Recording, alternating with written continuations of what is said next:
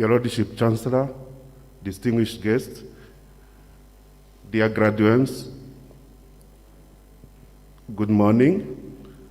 My name is Ines-Ruhengeri. I'll be your host for these 12 graduation ceremonies. As you can notice, this year's graduation ceremonies takes place in a special way, but this won't prevent us to enjoy and celebrate. Before we do that, I would like to invite you to rise for the singing of national anthem, which will be followed by a prayer to ask God for blessings during these ceremonies. Please rise for the singing of national anthem.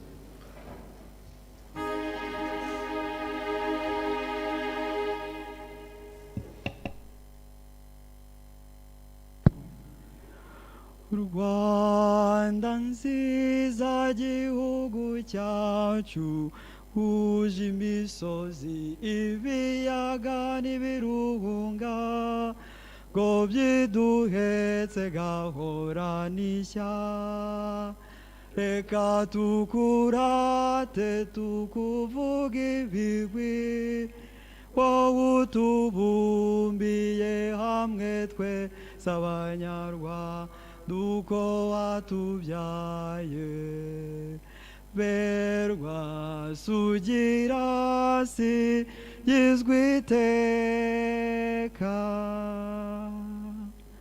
horana imana umurage mwiza ibyo tugukesha ntibishyikirwa umuco dusangiye uraturanga ururimi rwacu rukaduhuza ubwenge umutima amaboko yacu ntibigukunga haze bikwiye nukutera imbere ubutitsa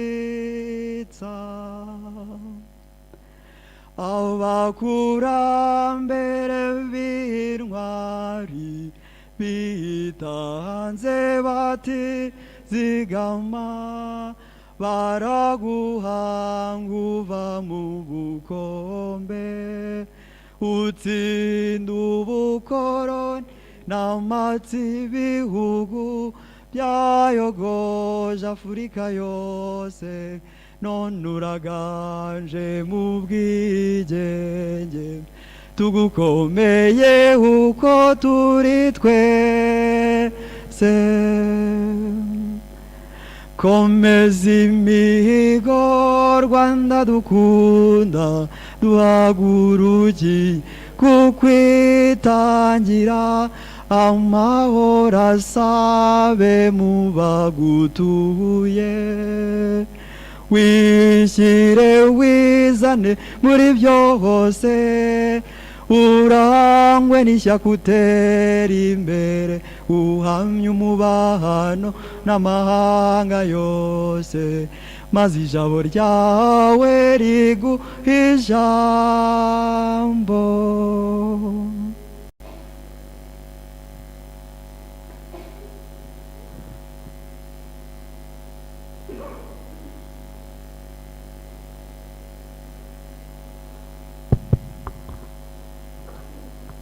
Ku izina ry'Imana Data na Mwana na Roho Mutagatifu. Nyagasani Mana yacu, turagushimira ubuntu udahwema kutugirira, turagushimira ko waduhuje uyu munsi mu byishimo by'umunsi mukuru muri ishuri ryacu Ines-Ruhengeri,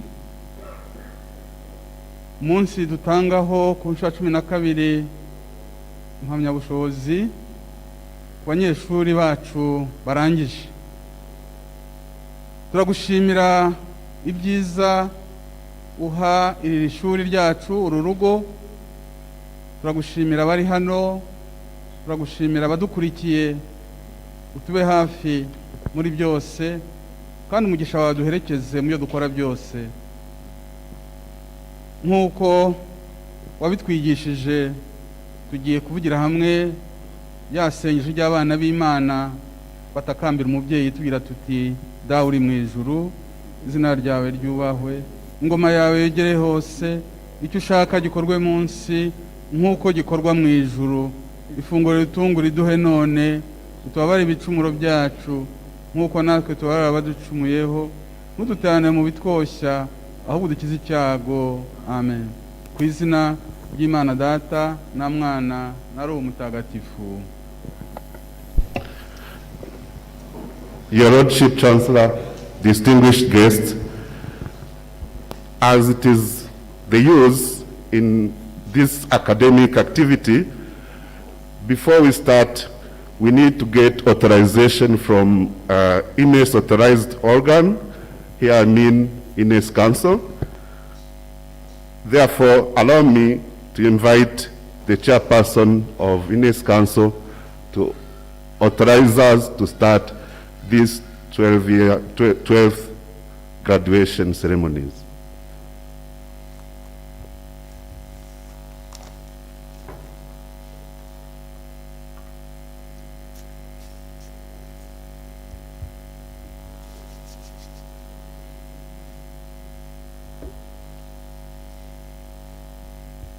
Nyiricyubahiro Musenyeri umushumba wa Diocese ya Ruhengeri, akaba n'umuyobozi w'ikirenga wa Ines-Ruhengeri,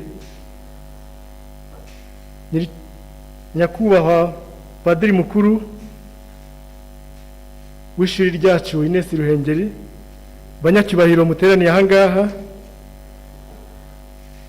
kuri uyu munsi udasanzwe. Abasanzwe bagira ngo urasanzwe, ariko kubazi ko umurima werera igihe ntiwerera inzara, turashima umugisha w'Imana usendereye kandi unoze. Turashima Imana idahwema kutugaragariza ko ibidashobokera abantu imbere yayo byose bishoboka koko. Turashimira Ines, ingobyi yabahetse ikaba ibakurujije kandi ikaba igihetse kugeza ubu ngubu. Yababereye irerero ryiza, imbyeyi idateka, umurezi utagereranywa, ibigwi byayo bizahorana itoto. Turashimwa namwe banyeshuri mucyuye insinzi y'ikibi cyushijwe, mwihanganiye byinshi birabakomeza, ibihe n'ubuhe byabakamuyemo umuteto no kwirya, bibamo imbuto z'umurava no kudacika intege. Ubwo mugeze igihe cy'isarura, nimuhunike ibyishimo bishimira Imana n'abantu babaye hafi. Nimuhanurwe ko igihe cyanyu n'ikibigenga ari iki. Mwikure imuzi, mwikure umutima, mwikure ubwenge, mwerere u Rwanda na Ines yacu imbuto zihoraho. Ngicyo ikivi tubapfundikiye kizababere gihire. By the virtue of the powers conferred upon me by Ines-Ruhengeri, I, Dr. Jean-Baptiste Mazarati, the chairperson of Ines-Ruhengeri Council, hereby declare open this congregation of the 12th graduation ceremony of Ines-Ruhengeri. Thank you.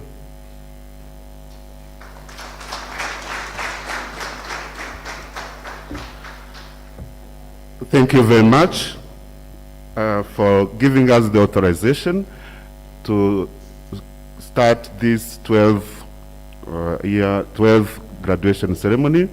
Now that you have authorization, Your Lordship Chancellor, distinguished guests, allow me to invite the Vice Chancellor of Ines to give a warm welcome to all our guests and our graduates.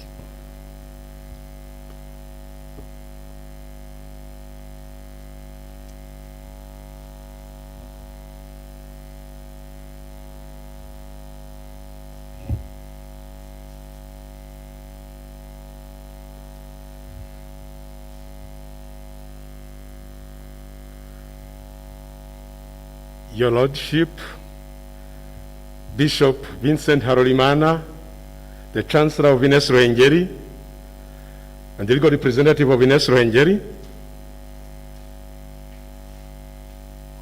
Chairperson of Ines Council, distinguished guests present and those following remotely, parents, friends, partners of Ines-Ruhengeri, dear graduates, ladies and gentlemen. Allow me to warmly welcome you in your different modes of participation to the 12th graduation ceremony of Ines-Ruhengeri. I would like to begin with the introduction and the congratulations to the 774 students who are graduating today. Those are 103 students from biomedical laboratory sciences, 168 from civil engineering, 127 from land survey, 112 from land administration and management, 26 from statistics applied to economy, 10 from industrial information technology, 6 from network engineering, 26 from law, 21 from financial economics, 16 from rural development economics, 71 from accounting, 10 from entrepreneurship development and management, 35 from French English with education, 1 from enterprise management, and 14 from the master's program in taxation. Dear graduates, Ines-Ruhengeri is ever proud of you and confident in the success of your coming professional life.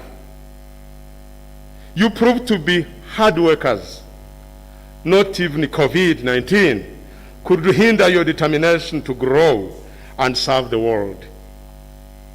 Obtaining a degree is an important step, but it is not the finality. Indeed, instruction ends in the classroom, but education ends only with life. Good graduates are lifelong learners, ever ready to fit into the dynamism of professional life with cutting-edge knowledge, skills, and attitude. The support of Ines-Ruhengeri to those who wish to refresh or acquire new knowledge and technologies is guaranteed through good relationship with Ines alumni. Dear partners, the achievements of Ines-Ruhengeri are always results of our good collaboration. Not only you have played an important role during the teaching and learning process that has led to today's celebrations, but also your ideas, encouragements, and where possible financial support have been valuable to the achievements of Ines-Ruhengeri since its creation. We thank you very much and hope for a continued collaboration. This year's graduation ceremony is under the theme, Shifting from Paper to Product. This is to highlight the ambition of Ines-Ruhengeri to educate for employability and development. Before I conclude, I would like to share with you some key data for you to understand better our joy today. The number of students of Ines-Ruhengeri is 3,052. Among them, 1,482 boys and 1,574, including 91 foreigners from 12 nationalities, such as Burundi, Chad, Congo, Brazzaville, DRC, Germany, Kenya, Nigeria, South Sudan, Tanzania, of course, Rwanda also. So far, the number of graduates since 30th June 2010 is 7,632. And today, we'll have 774 new graduates. The teaching staff of Ines-Ruhengeri, we have the total number of 91. The males are 78, females 13. Part-time teaching staff, we have 65, males 60, female 7. The administration staff, we have 49, 29 males, 20 females. For the capacity building, the following are the figures of the staff who are undergoing their trainings for PhD and masters. We have 12 PhD candidates and 8 master's candidates. Ines-Ruhengeri is very much involved in projects, research and implementation projects. We have different projects, just to mention a few. We have a project with EU Commission, Leipzig University, NAFIC, the Royal Academy of Engineering, and a number of projects with the National Council for Science and Technology, project with ARES, project with LKMP REMA, and others. And we are working in different domains related to programs that are running here at Ines-Ruhengeri. If we are well seated wherever we are, if we are well following these ceremonies, it's because we had partners who supported us for these celebrations. We would like to mention a few of them. We'd like to mention Professor Dr. Agronomist Clemens Volny, who donated a cash equivalent to 350,100 francs to be used for a laptop to the overall best graduates. We also have Boni Supplies. Boni Supplies Limited gave a check of 300,000. Integrated Computer Networks gave a computer laptop of the value of 300,001 francs. KVCG gave computer laptop value of 300. Engineer AK Company, Kanovana Antoine, gave a check of 200. Darcy Engineering Solutions gave a check of 120. Top 5 Psi, our alumnus, is offering the services to facilitate the online and other activities that are happening here. Community Radio Musanze, RC Musanze, is also airing the service that is happening here. The total amount of the money that has supported the event is 1,570,000, and we thank the partners who donated, and we wish to keep partnering with them. Before I conclude, the MC whispered to me that I should also introduce the keynote speaker, and it is indeed a great pleasure and honor to introduce to you Professor Clemens Volny. Professor Clemens Volny did a postdoc in Brahman, Cambridge, UK, did his PhD in Eustace Liebig University, Gießen, Germany. Did also studies of pedagogy and vocational training in the same Justus Liebig University. Studies of agriculture, I got a diploma engineer in agriculture, Justus Liebig, Germany, in Gießen. A master's of business administration studies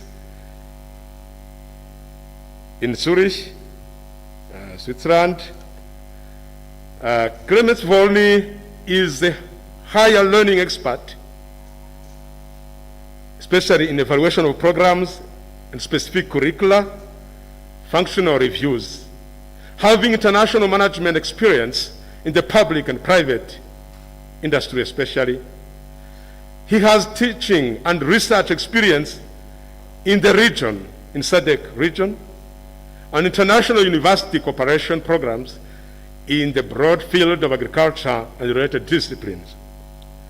Clemens Volny is familiar with the higher education sector in developing countries and its challenges, such as quality assurance and management of institutions, capacity building, employability and graduates, private sector cooperation, international university and research cooperation programs.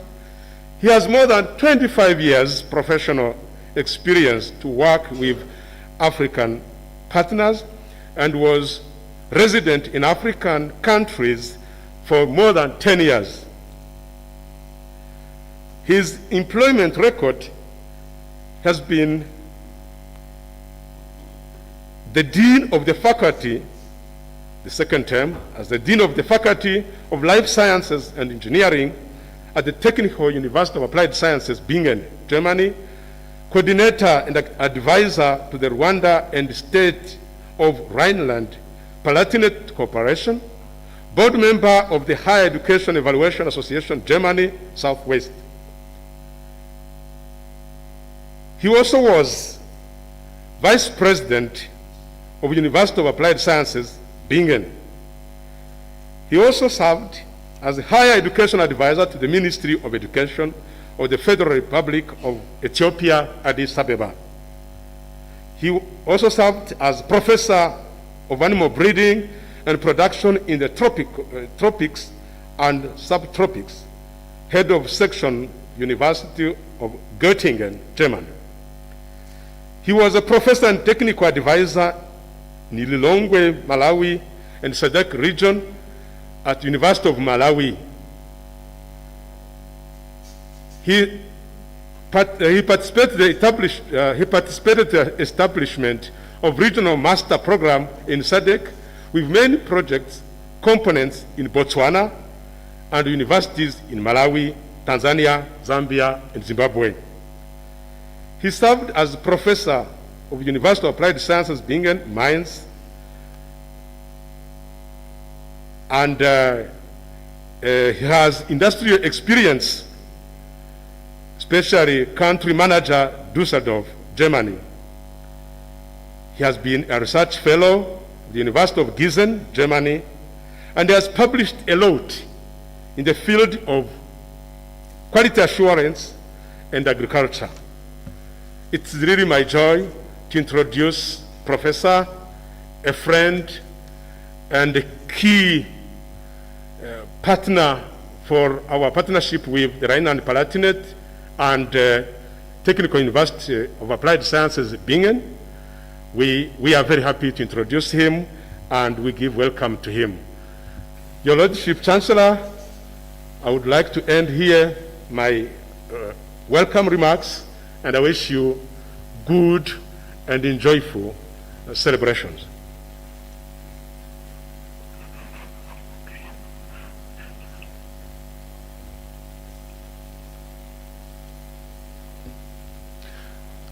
Remember, we are also allowed to give a round of applause.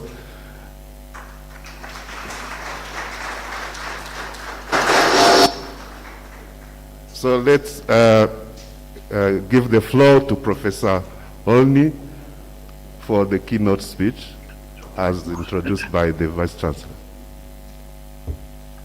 Okay.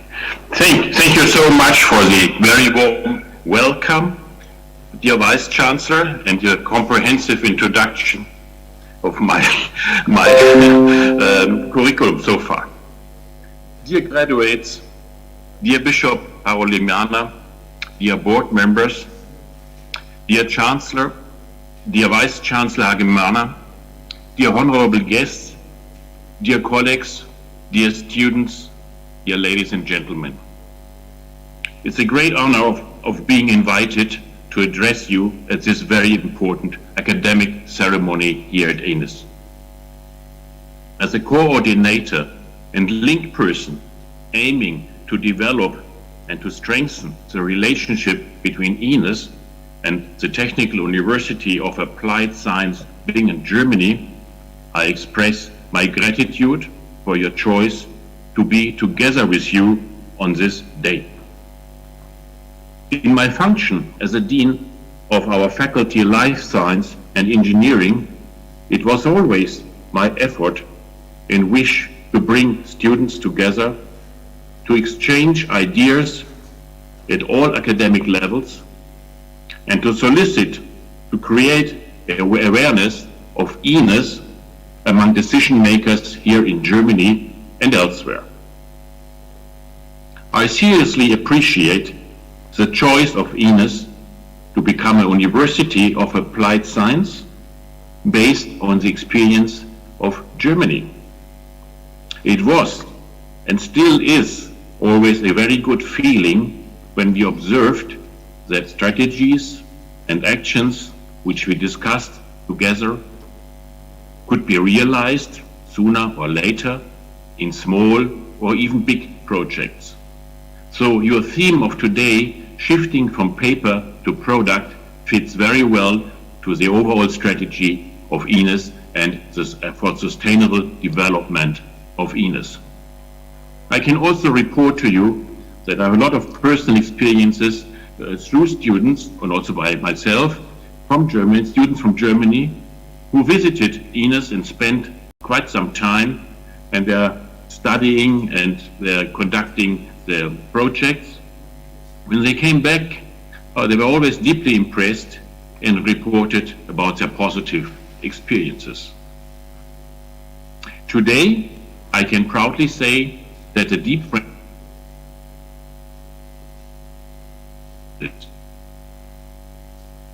Dear graduates, it is your day today.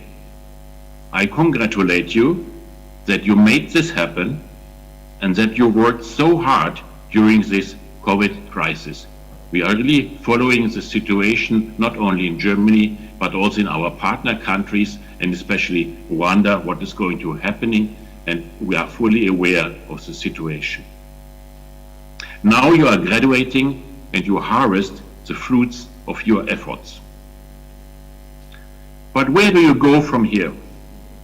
This will probably be the most frequent questions of the day, what you're asking today and in the coming weeks and months. I presume you and me are aware of the actual challenges in Rwanda, in the region, on the African continent, and of course globally. So, what can I advise you to take with you?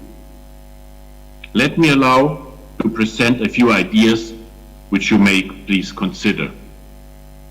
First, your attitude is key to success. Keep doing what you like to do from the inside of yourself and from your heart. Take risk and look for experiences. Do never stop exploring intellectually and face the challenges. I do know that it's hard, but you must do it. Learning has not stopped with graduation. It is a milestone in your life, but must continue. Be aware of values and keep being strong, regardless what is happening. Keep being strong. Sustainable personal development must be based on very clear and sound values. My second point, which are the important life skills? It's actually a list of several items, which you need not only at your workplace, but at your life. Of course, communication skills, verbal communication, able to communicate in all directions at all levels, verbally, in a written form, silency. Decision-making skills. Once you got all the information, you have to make a decision one day. What to do, what next. Cooperation, the willingness to cooperate, to collaborate with other institutions, with other persons. You have to work in teams.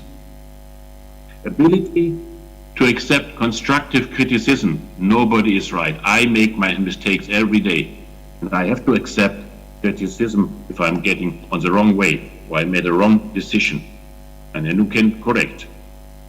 Very practical, of course, time management skills, and I see this works in Ines always.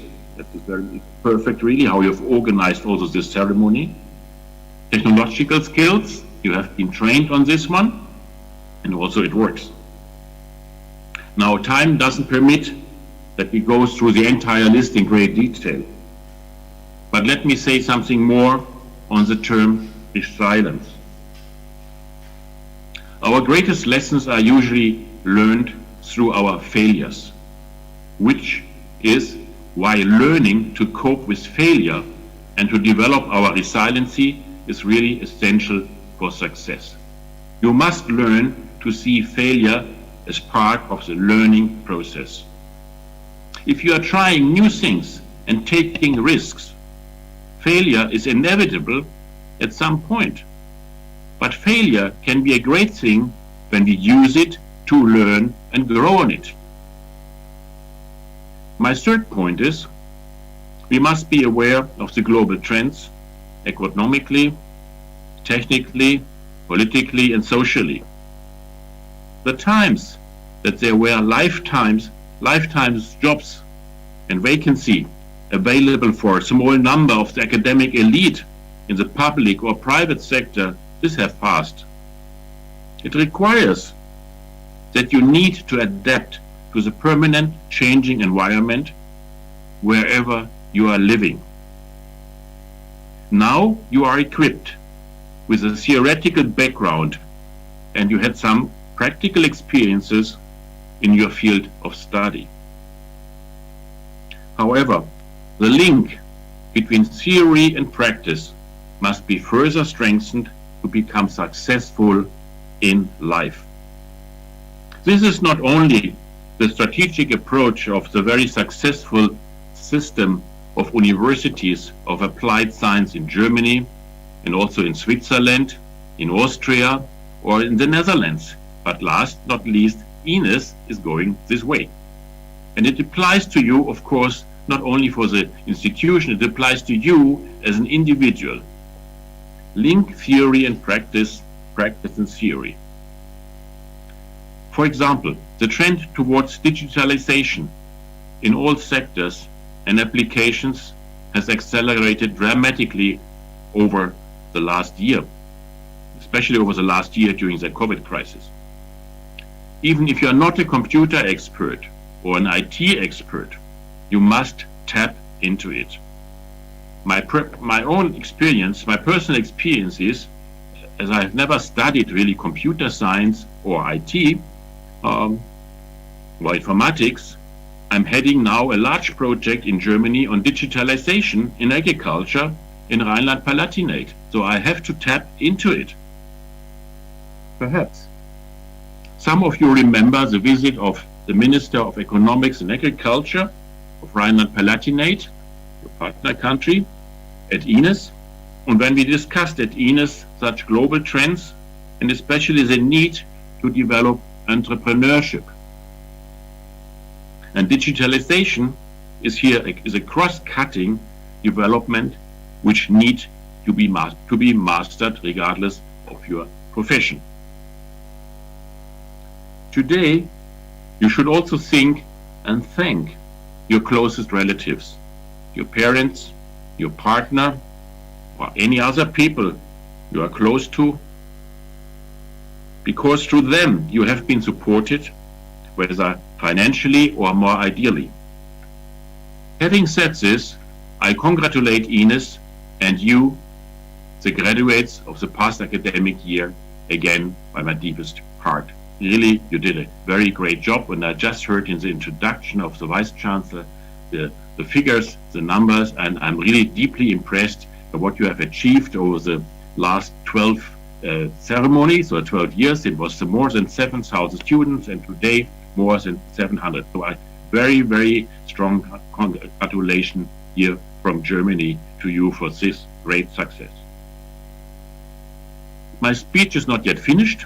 It is my great pleasure to announce you that I may award a prize of €300 equivalent to a student having shown exceptional performance and outstanding achievements. The prize is awarded to a graduate student of the Department of Land Administration and Management. The name was given to me, and the winner is Miss Letizia Umipure. Please, let's clap a little bit. I try to do that digitally. Yes, okay, it works. Very good, thank you. Dear Miss Umipure, I congratulate you again, and I wish you all the best for the future. I'm not sure whether she is in the audience, but I'm sure she will get the information. Thank you very much. Dear graduates, do not forget us and your university. Your journey into the certain or even the uncertain world now begins. As partner of Ines, there she is. Okay, congratulations again. Very nice to see you. Your journey into the certain or even the uncertain world now begins. As partner of Ines and your lecturers and supervisors at your university, we have a keen interest in seeing you how your further development is going. I wish you all the best in your personal life and for your career. I thank you so much that I could be with you today, and I wish you a wonderful day and a very good time after you have received your graduation. Thank you so much. Thank you very much also, Professor Olney, for this wonderful message and advice to our graduates. Your Lordship Chancellor, distinguished guests, this keynote speech takes us to the main event of this day, which is the awarding of degrees. We will be guided in that event by the DVC in charge of academics.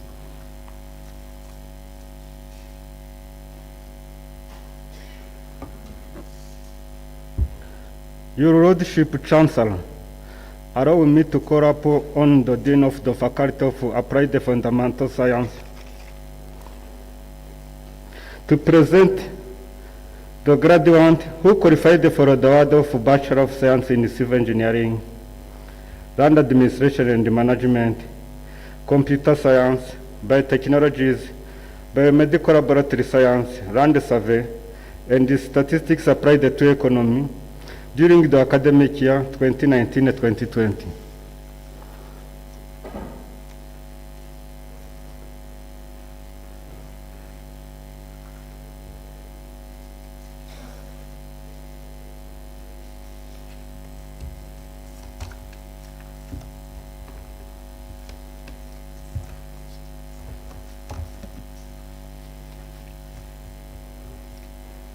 Your Lordship Chancellor, I have the honor to present the following candidate who, during the academic year 2019-2020, satisfied the academic senate requirements for the award of the Bachelor degree of Science in Civil Engineering.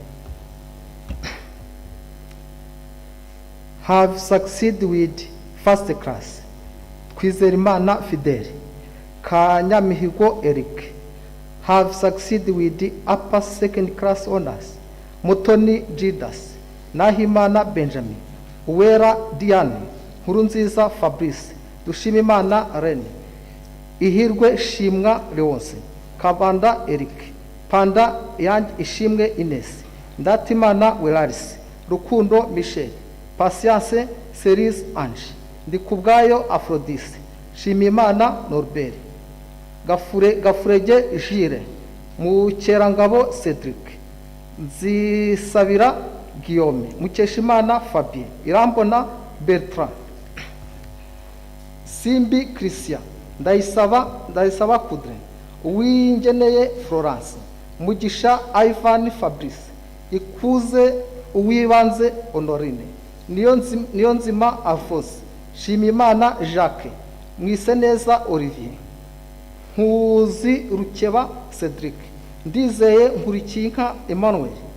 Twagira Umukiza Leonce, Musangwa Melchior, Nishimwe Finesse, Mugisha Boneri, Bayingana Eritien, Mutsinzi Niyigena Theogene, Uwanyirikira Bona, Ndutiye Rome Benjamin, Gakwerere Aimable, Rubonera Ruben, Dusabimana Emmanuel, Ngendakumana Vichy, Ishimwe Eritien, Twizerimana Jean Pierre, Tuyishime Eric, Nyiranzeyimana Esther, Ishimwe Ngabo Egide, Umutesi Diane, Hodari Ndagijimana Pacifique, have succeeded with the lower class honors. Kubwimana Daniel, Niyirora Saverine, Ngabo Ndungutse, Nduwayezu Emmanuel, Niyontwari Steve Christian, Iradukunda Patrick, Ubugingo Yves, Tuyumvire Herve, Uwamahoro Josiane, Rudahunga Focus, Rukundo François Regis, Gisa Shyaka, Ndikuryayo Emmanuel, Munyeshyaka Faustin, Iradukunda Pacifique, Habiyaremye Zache,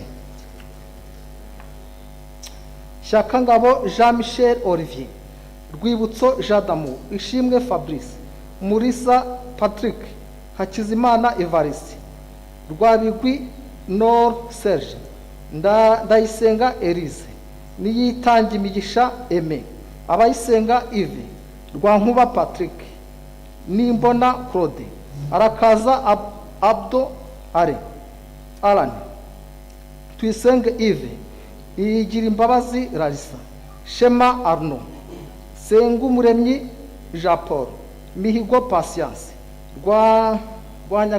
Rwanyagatare Adolphe, Nayituriki Seti, Niyitegeka Jean Damascene, Nizigama Claude, Sabimana Aphrodise, Umutoni Wase Francine,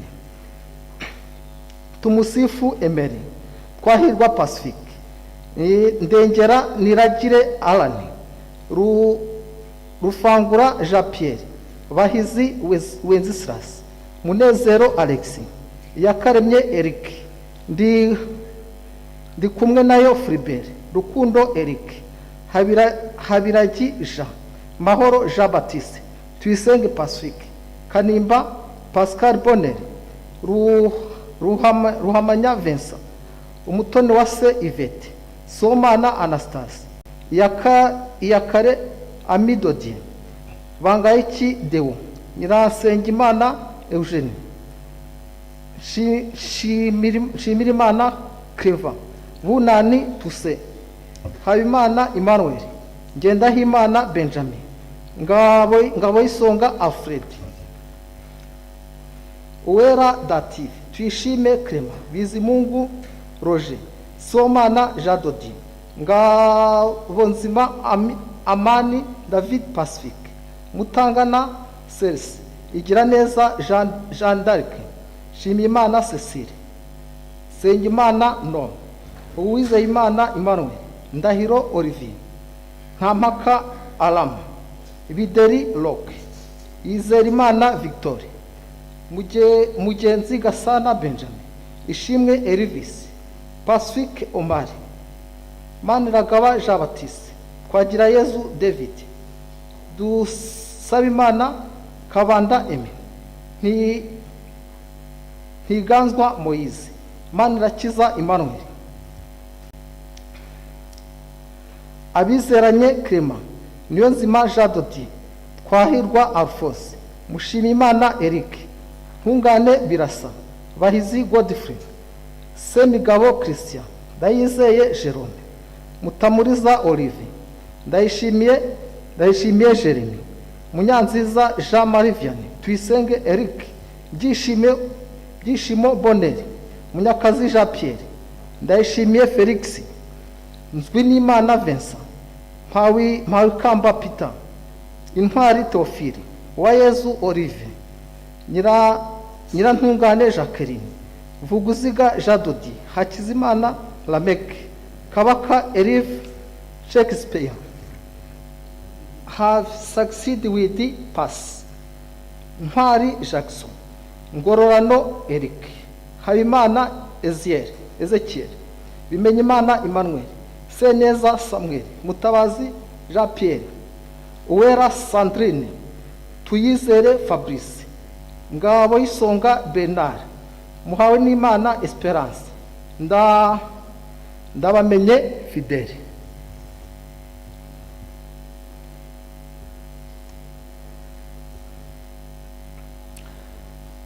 Your Lordship Chancellor, I have the honor to present the following candidate who during the academic year 2019-2020 satisfied the academic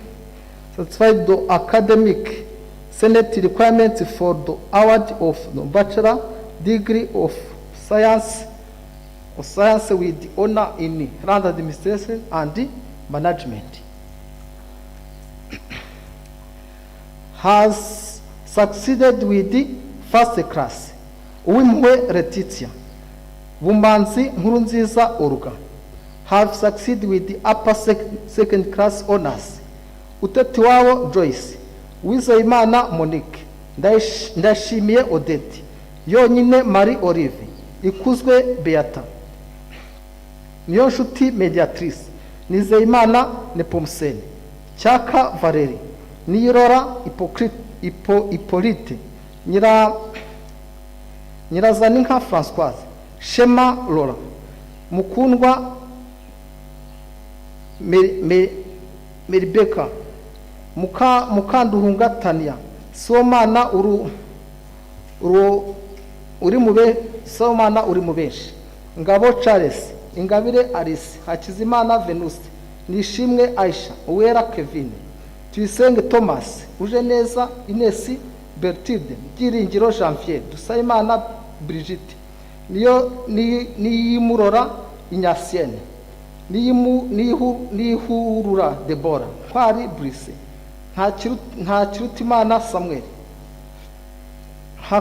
Hakamineza Robert, Uzabakiriho Moise, Kagoyire Yvonne, Niyomukiza Jean Claude, Tuyishimire Theobald, have succeeded with the lower second class honors. Ishimwe Adrien, Mbonyumuvandimwe Valence, Niyibizi Ernest, Maniraho Jean Bosco, Musabimana Jean Dodier, Yakaremye Fabien, Niyonkuru Jean Paul, Tuyishime Emmanuel, Muhigirwa Jean Claude, Kwizera Magnifique, Umuhoza Diane, Ndabahezi Bernard, Habyarimana Patrick, Ndikubwayo Olivier, Uwase Natasha, Gasigwa Vedaste, Niyo Buhungiro Samuel, Habimana Louis, Somana Jean Claude, Mukiga Emmanuel, Tuyishime Claudine, Majyambere Toneste, Kwizera Inyasi, Mukahirwa Geneviève, Niyonkuru Fabrice, Niyitanga Theobald, Mutambo Richard, Kubwimana Olivier, Mugabo Valence, Kubwayo Victor, Byiringiro Eric, Muhayimana Jacques, Mwiseneza Valence, Karasira Emmanuel, Hakizimana Eulade, Shumbusho Atanaze, Busagara Isaac, Uwingabire Claudine, Murazimana Jean Marie Vianney, Bigirimana Benjamin, Mugiraneza Jean Paul, Mugwiza Satya, Rurangwa Emmanuel, Igirimpuhwe Gabriel, Tuyishime Jean Dodier, Maniragaba Gilles Fiston, ufite umukiza Gilles, Maniriyo Emmanuel, Mutuyeyezu Claude, Ishimwe Yves, Twagirayesu Daniel, Imbabazi Angela Lisa, Niyizigira Emmanuel, Nizeyimana Abdou, Ndayishimiye Simon Pierre, Karuta Christophe, Rukundo Clement, Niyibizi Pascal, Dusabumuremyi Zakari, Uwimana Joseph, Intwari Patrick, Ngirinshuti Egide,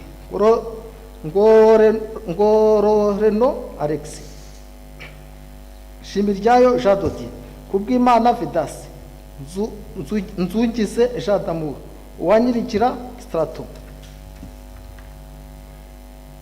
Muyanja Olivier, Nyatanyi Fabrice, Mwizera Eric, Mupenzi Patrick, Shiramakenga Celestin, Shimimana Jean Claude, Twizerimana Higwe, Rudatinya Shimwa Pacifique, have succeeded with the pass. Karera Godfrey, Uwimpaye Olivier, Sengiyaremye Olivier. Our Lordship Chancellor, I have the honor to present the following candidates who, during the academic year 2019-2020, satisfied the academic Senate requirements for the award of the bachelor's degree of science with honor in computer science.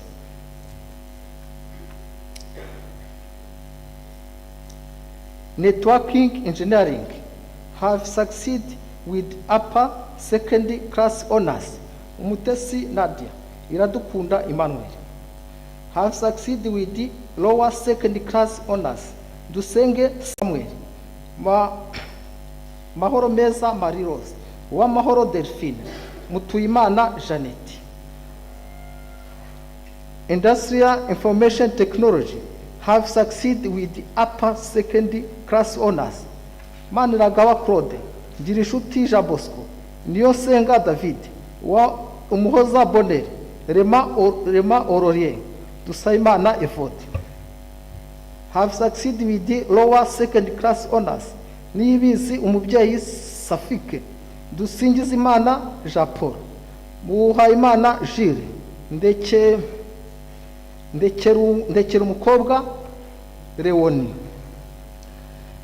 Your Lordship Chancellor, I have the honor to present the following candidates who, during the academic year 2019-2020, satisfied the academic Senate requirements for the award of the bachelor's degree of science with the honors in biotechnology. Have succeeded with the upper second class honors. Izerimana Jean Bosco, Uwamahoro Gloria, Nyampinga Immaculée, Umuhoza Olive, Mukayisenga Donata, Sengiyaremye Gerard, Niyigena Nadine, Akayezu Brenda, Mukashyaka Angelique, Izabayo Hirwe Alice, Hakorimana Emmanuel, Igihozo Aime Onete, have succeeded with the lower second class honors. Hategekimana Jean Claude, Ishimwe Ariete, Iradukunda Ernestine, Ingabire Denise, Ndererimana Catherine, Uwambayinema Adeline,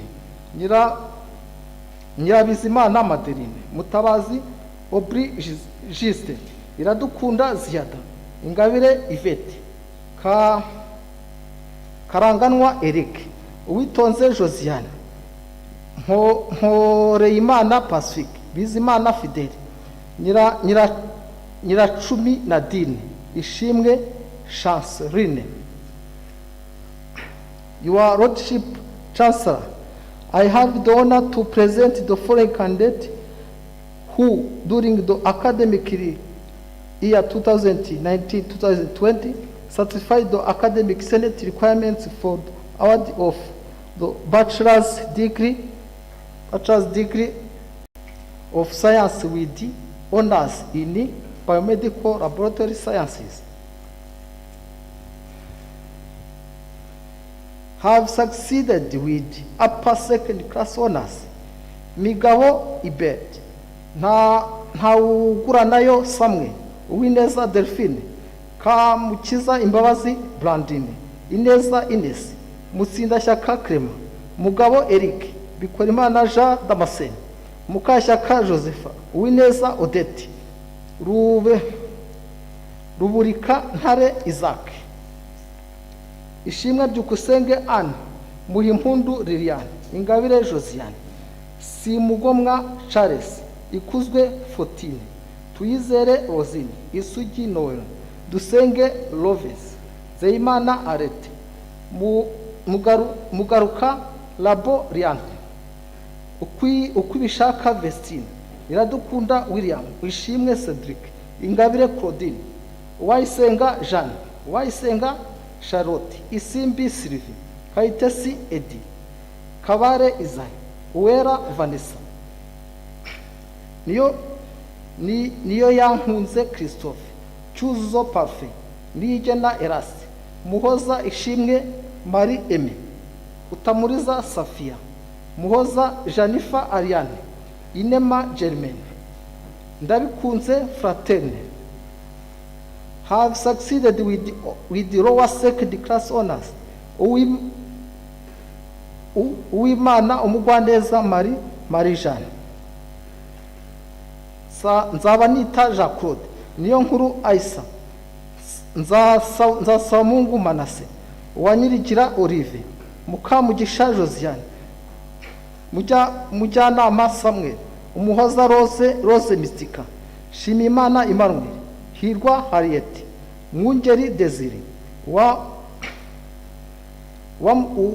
Uwamahungiro Giselle, Kwizera Emmanuel, Maniraho Etienne, Ingabire Sandrine, Nirere Immaculée, Nisingizwe Yvette, Mukunzi Emmanuel, Uwiduhaye Edita, Ishimwe Gatete Grace, Ujeneza Jeanne, dufite Umukiza Emmanuel, Uwimana Valentine, Uwumviyimana Priscille, Manirakiza Eric, Mwene Data Anatole, Nduwayesu Giselle, Ingabire Joseline, Kirenga Byangabo Liliane, Habimana Sophonie, Igiraneza Marthe Aline, Uwera Lydie, Uwitonze Rosine, Ruhumuriza Ibrahim, Umuhoza Francine, Urujeni Aimé Redempta, Niyigena Marie Grace, Tuyisenge Daria, Ayingeneye Renata, Iradukunda Focus, Uwingeneye Aline, Nagahire Aimé Martin, Iradukunda André Gide, Nyirasabimana Christine, Byukusenge Vesine, Mujamariya Clarisse, Nyandwi Richard, Niyo Nagira Solange, Uwera Divine, Uwanyirijuru Constance, Mukiza Gentille, Mukashyaka Marie Aimé, Mukeshimana Epiphanie, Nduwawe Remera Clement, Uwitonze Rusi, Niyo Kwizerwa Colette, Ndagiwe n'Imana Olive, Munganyinka Jeannette, Nyirabagenzi Angelique, Uwase Francine, Umucunguzi Jesus, Mukarugema Claudine, Yamuremye Anisette, Mukantwari Esperance. Your Lordship Chancellor, I have the honor to present the following candidate who during the academic year 2019-2020 satisfied the academic senate requirements for the award of the bachelor's degree of science with the honor in land survey. Have succeeded with the first class, Niyomugabo Olivier. Have succeeded with the upper second class honors, Hitiyaremye Mizero Maurice, Ndayishimiye Bonne Anne, Umuhoza Sandrine, Hakizimana Amani, Iradukunda Rachel, Habinshuti Emmanuel, Habimana Etienne, Umutoni Eliane, Kwihangana Herman, Habonimana Davis, Mbabazi Hubert Clement, Mushimiyimana Rusi, Ishimwe Nicole, Bizwi nayo Leonce, Niyomugabo Vedasi, Ndagirimana Emmanuel, Ishimwe Fiso, Umutesi Alice, Masengesho Gaspard, Kwizera Jonathan, Byiringiro Charles, Ikirezi Chantal.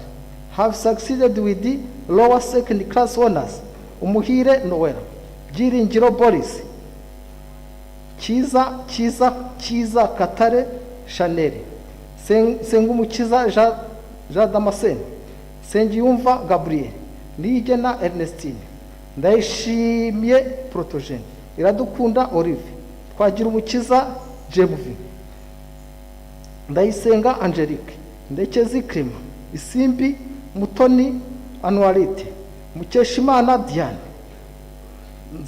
Nzabahimana Jean Pierre, Twizerimana Samuel, Shimimana Eric, Manzi Eric, Butoyi Dieudonné, Nigaba Celestin, Kabaka Iradukunda Josue, Niyonzima Jean, Kwitonda Edmond, Murenzi Patrick, Shimimana Eric, Shumbusho Samuel, Ihimbazwe Jean Claude, Bazirake Jideo, Muhire Jean Paul, Rukundo Alexandre, Karangwa Fiso, Habishuti Zashe, Somana Fidele, Muhoza Venuste, Uwiringiyimana Emmanuel, Nkurunziza Theogene, Byiringiro Eri, Turabumukiza Emmanuel, Gasamaza Fidele, Sabimana Jean Dodier, Twambazimana Jean Baptiste, uri mu benshi Isaac, Mugabe Eric, Niyigena Rory, Iradukunda Concorde, Mugabo Patrick, Nzabahayo Gilbert, Uwimbabazi Marie Grace, Ubuzima ni Yesu Jean Pierre, Ntirushwa Maboko Martin, Birekeraho Joseph, Byamukuru Didier, Ngarambe Pacifique, Ntihinyurwa Ernest, Shyaka Joseph, Ruzima Theophile, Mutabaruka Strato, Hirwa Musoni Armand, Sindayikengera Patrick, Niragire Manase, Kubwimana Samuel, Twizere Gershom, Sengiyumva Jacques, Shimimana Alex, Ukurikiyimana Jean Claude, Mutoni Aisha, Niyonzima Strato, Shimimana Emmanuel, Ntihinyurwa Clement, Havugimana Aloys, Tuyisenge Jean Dodier, Biseruka Dieudonné, Tuyishime Gervais, Muvandimwe Vincent, Tuyishime Seti, Gakuba Felix, Kirezi Ndahayo Raymond, Kwizera Elise, Hirwa Jules,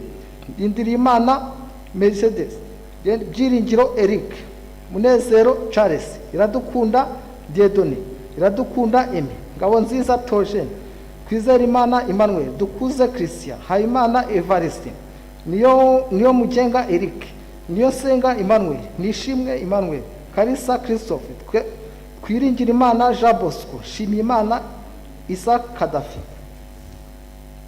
have succeeded with the pass, Kayumba Boniface, Kubwimana Moise, Niyomukiza Joel, Uwamahoro Clementine, Shimwe Are Patrick, Ishimwe Gentil, Sengiyumva Aran, Niyigaba Theonese, Nyiranziza Joseline, Mukeshimana Datif, Tuyishime Olivier.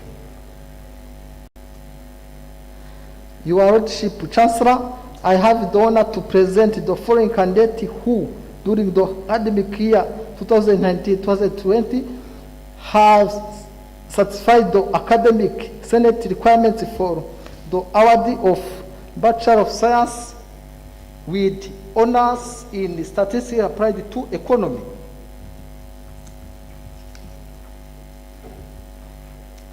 Have succeeded with the upper second class honors.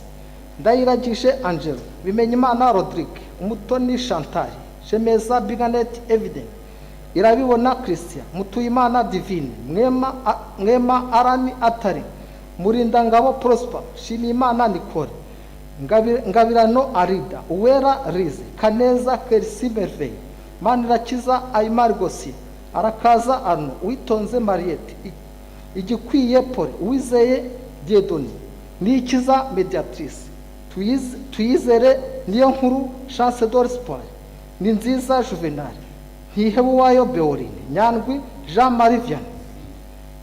Then has succeeded with the lower second class honors. Nkerabahizi Jean Paul, Byugamo Odifax, Mutoni Ivan, Ngabo Fred.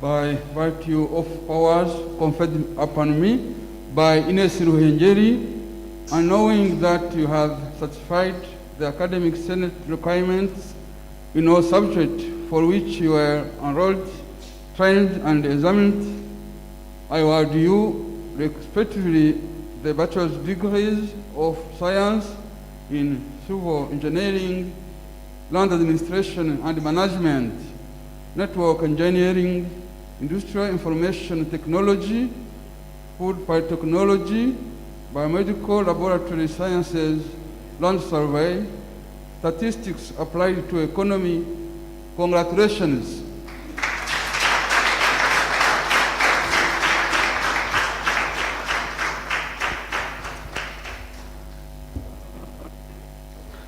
Your Lordship Chancellor, allow me to call up to the Dean of the Faculty of Economics, Social Sciences and Management to present the graduate who qualified for the award of Bachelor of Arts in Applied Economics and the Bachelor of Arts in Enterprises Management during the academic year 2019-2020.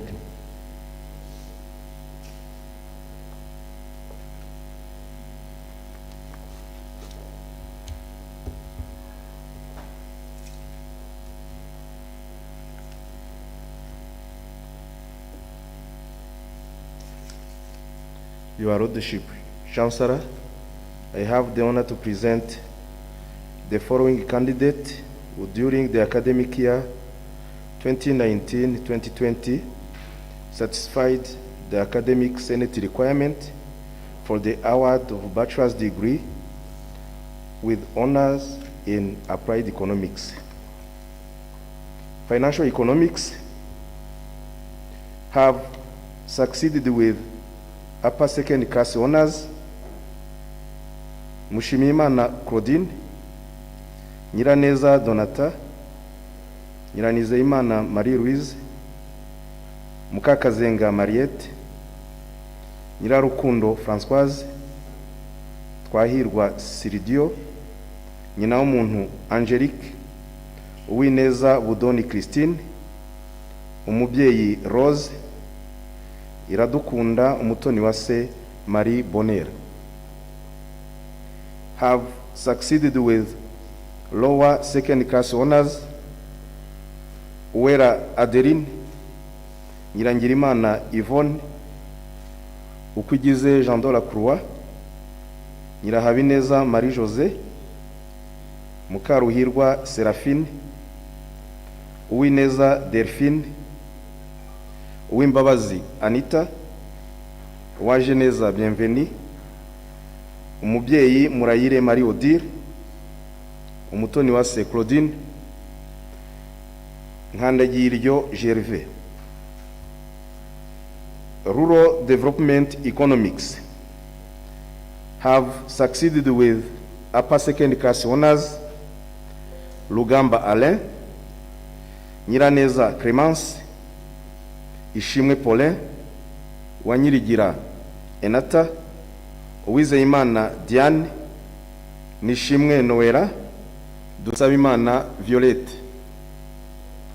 have succeeded with lower second class honors Niragire Charlotte, Dushimumukiza Russe, Umuhoza Moreyari Pascaline, Uwiringiyimana Aniserata, Rudasingwa Patrick, Uwiduhaye Eri, Niragire Janvier, Umutesi Violette, Mukandayisenga Fortune.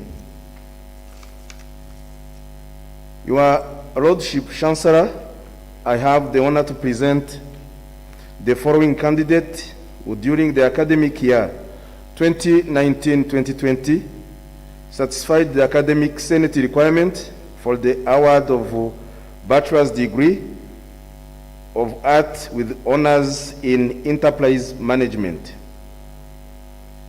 Have succeeded with lower second class honors Dukundane Jean Bosco. Accounting have succeeded with first class Wamaria Theodosi. Have succeeded with upper second class honors. Niyitegeka Jean Pierre, Ata Georgette Anit, Musanabera Charlotte, Uwitije Donatire, Tuyishimire Jeannette, Kananura Innocent, Vuguziga Marie Louise have succeeded with lower second class honors. Akingeneye Emerance, Mukangoga Janine, Hakizimana Tarsis, Furaha Denise, Niyo Nagira Ariver, Niyo Mugenga Marie Grace, Niyo Nsenga Claudine, Nyirangendahimana Juliette, Zaninka Jeannette, Usaba Maria Alice Ladegonde, Mawazo Adorate, Ingabire Claudine, na Mahirwe Sylvie, Musabe Yezu Marie Chantal, Irabaruta Marceline, Uzayisenga Francine, Mukundufite Clementine, Mutoyimana Jeanne, Uwizeyimana Liliane, Niyigena Florence, Mutuyimana Peace, Harengerimana Evariste, Benese Emmanuel, Kasine Niserata, Iradukunda Vestine,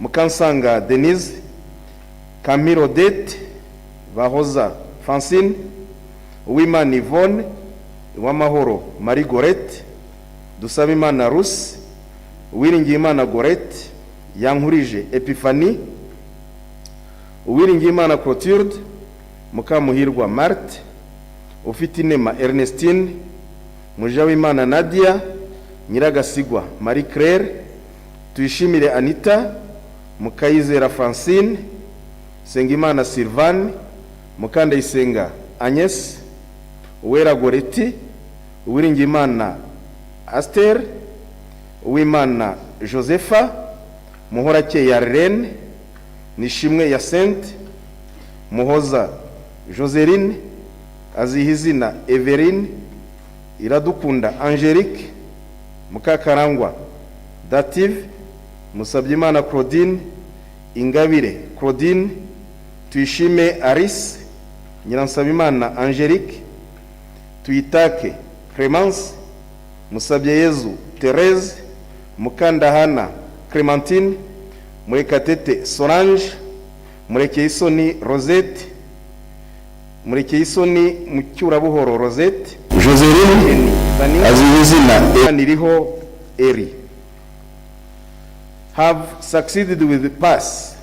Muhawenimana Francine, Entrepreneurship, Development and Management have succeeded with first class.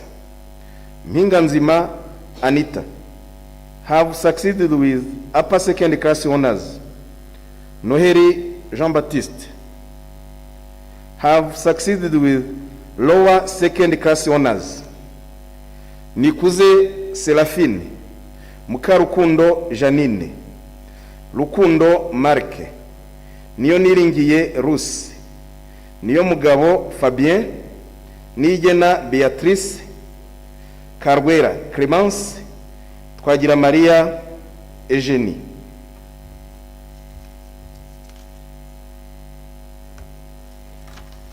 Your Lordship, Chancellor, I have the honor to present the following candidate who during the academic year 2019-2020 satisfied the academic Senate requirement for the award of Masters of Science in Taxation, have succeeded with upper second class honors. Ntawigenera Janvier, Rutagarama Eugene, Mugisha Munana Salim, Habingabwa André, Twizere Yesu Jean-Claude, Mukamurenzi Immaculate, Nshuti Fred, Nzabandora Kamanyana Antoinette, Rugema Lucien, Nshagawe n'Intwari Lambert, Mujawamariya Grace, Ayinkamiye Kamanzi Alice, Sengiyumva Fidele, Birungi Keren.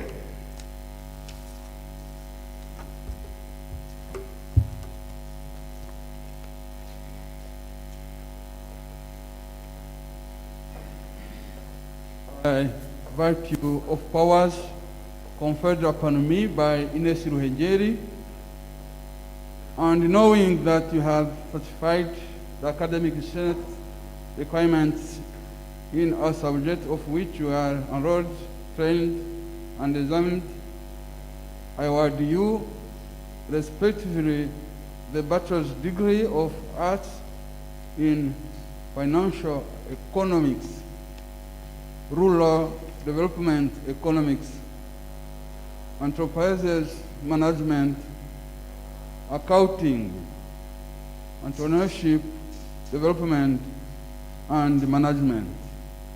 Congratulations.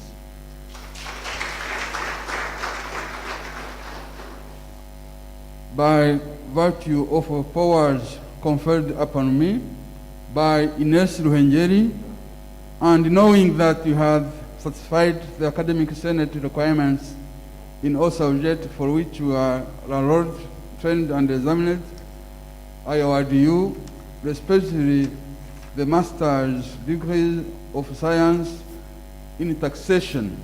Congratulations. Your Lordship Chancellor, allow me to call up on the Dean of the Faculty of Education to present the graduate who qualified for the award of Bachelor of Education in French English during the academic year 2019-2020.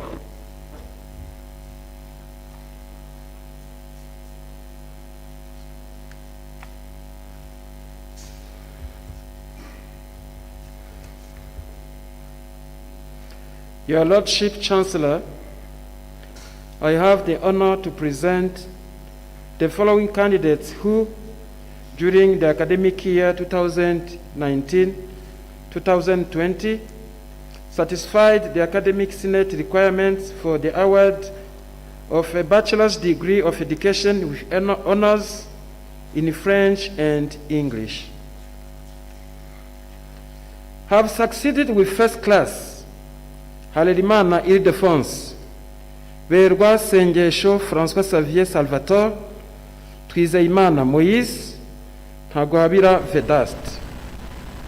Have succeeded with upper second class honors Uwamariya Chantal, Nyirasinamenye Apollonie, Ngabonziza Leopold, Hategekimana Valence, Mukanyandwi Marie-Louise, Isengwe Cynthia, Habumuremyi Innocent, Nishimirwe Madeleine, Uwanyirigira Domina, Nzayisenga Sophie, Sibomana Jean-Pierre, Uwamariya Primitive, Nayituriki Juliette, Uwimbabazi Christine, Ndayambaje Nzavugankize Leon,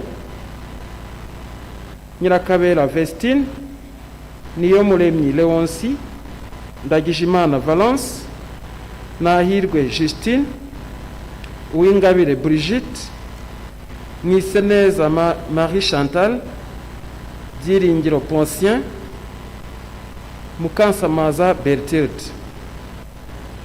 Have succeeded with lower second class honors Nkunzimana Evariste, Bizialemye Aphrodis, Mujawamariya Josiane, Iradukunda Ruth, Shirambere Dieudonné, Umuhumuza Valentine, Kubwimana Vincent, Kubwayo Emmanuel.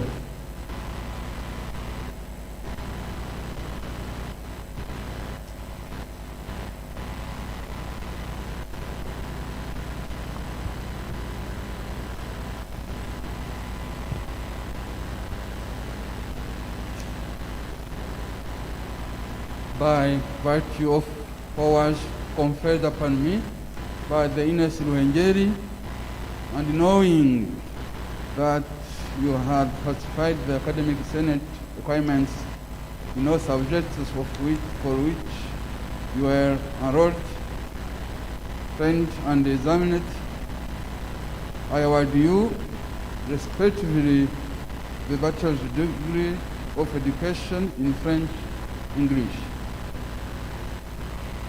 Congratulations. Your Lordship Chancellor, allow me to call upon the Dean of the Faculty of Law to present the graduate who qualified for the award of Bachelor of Law during the academic year 2019-2020.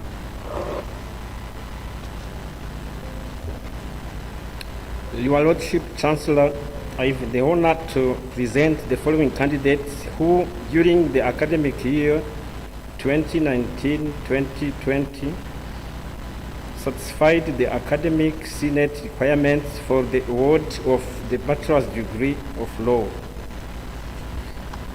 Have succeeded with the upper second class honors.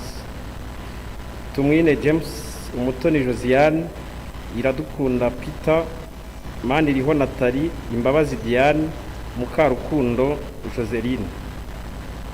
Have succeeded with lower second class honors. Jambere Diane, Uwiringiyimana Odile, Habinshuti Jean Marie Vianney, Habineza Peter, Sabiyumva Dieudonné, Barushimana Jean Bosco, Makombe Emmanuel, Mukashyaka Judith, Niyigena Angelique, Nyiramugisha Beatrice, Kamanzi Jean Bosco, Mushimiyimana Rispa, Mukantaganda Christella, Uwizeye Diane, Mukayiranga Alice, Uwidutije Marie de Chance, Iradukunda Niyigena Josette, Kanyarwanda Richard. Have succeeded with pass Mwene Rugaba Bienvenue Pacifique and Mutesi Nadia.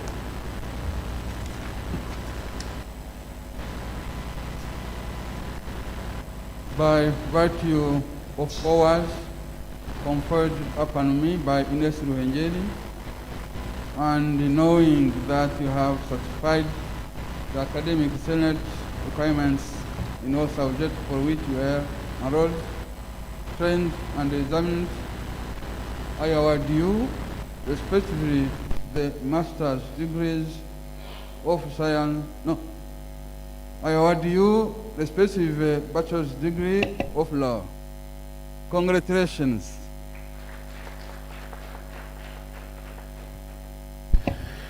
Congratulations to the class of 2019-2020 for this achievement. I'm sure that you have a lot on your mind, especially emotions, since, as it was repeated by many, you have achieved this level by passing through many challenges. I'm going to give the floor to one of the representative of these graduates to give you a message for this day and express how happy they are for this achievement. But before that, Your Lordship Chancellor, distinguished guests, allow me to recognize the presence with us today of two most important collaborators of us in the educational activities we do. Here I mean the mayor of Musanze district, where Ines is located.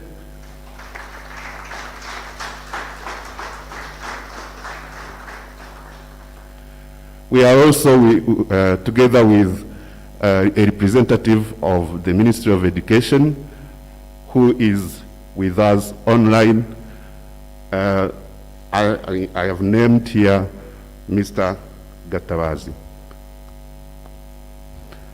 When the time comes, we are going to give them also the floor to give us a message of today. So the floor now is for Mrs. Mukamrenzi Immaculate, the representative of graduates.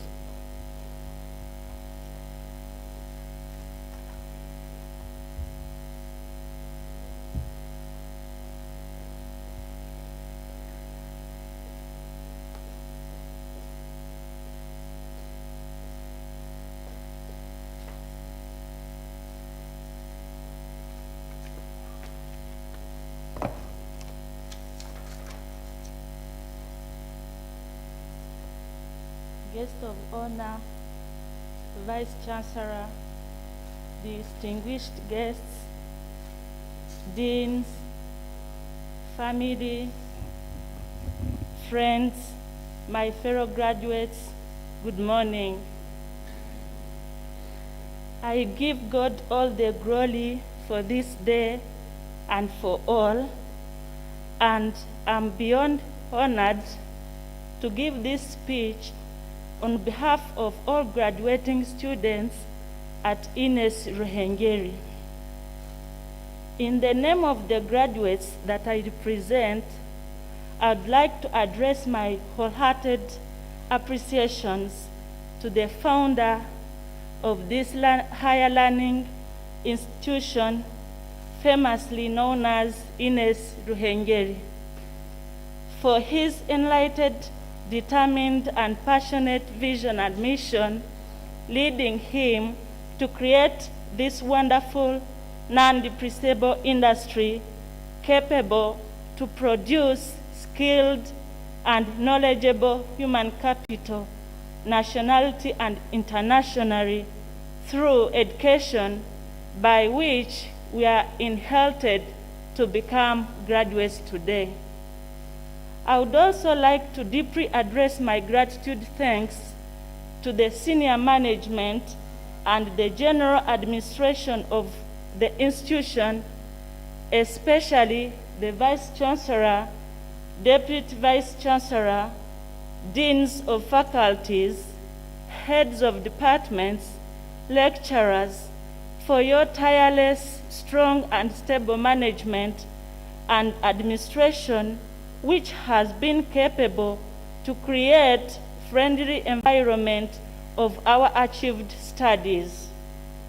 They have been characterized by motivation, availability of clear administrative process and procedures, student code of conduct, smart institutional rules and regulations, standard curriculum, and regular follow-up of our studies, which all I can't hesitate to witness that we have enabled us to graduate with excellent standard, quality necessary to develop both our lives and the country in general.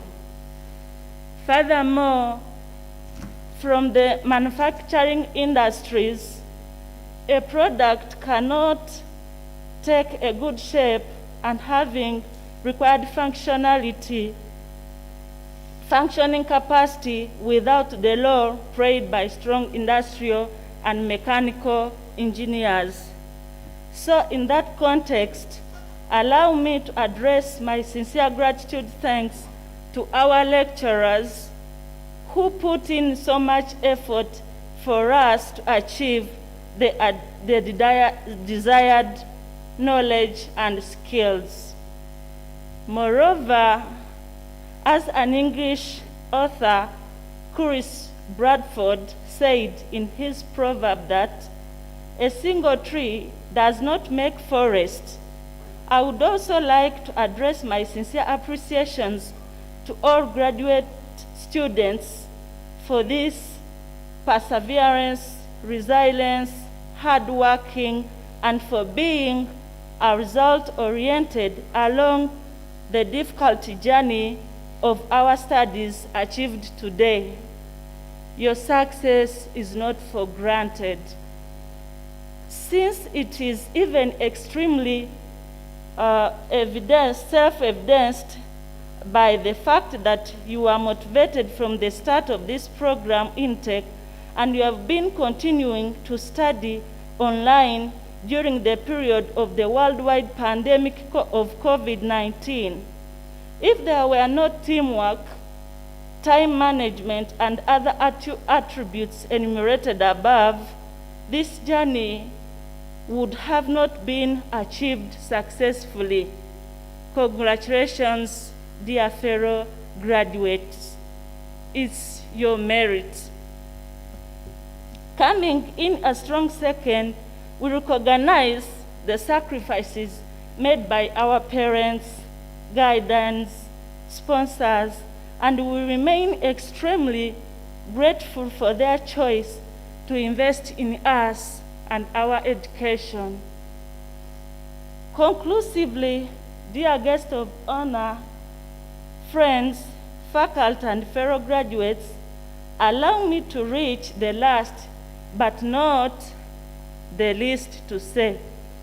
As graduates, we promise you that despite vulnerabilities and limitations of our respective countries of origin, we are going in our communities to be an engine transforming the socio-economic conditions and lives of our respective countries and worldwide through creativity, innovation, technological advancement in service delivery, and creation of business projects fighting against unemployment and leading to sustainable development.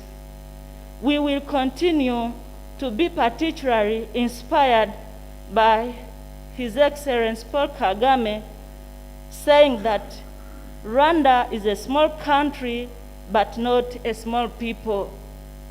By extending this to all our nationalities of origin, we will not be limited by the vulnerabilities and limitations of our countries. We are here to boost the development of our societies. Congratulations once again, my fellow graduates. Thank you.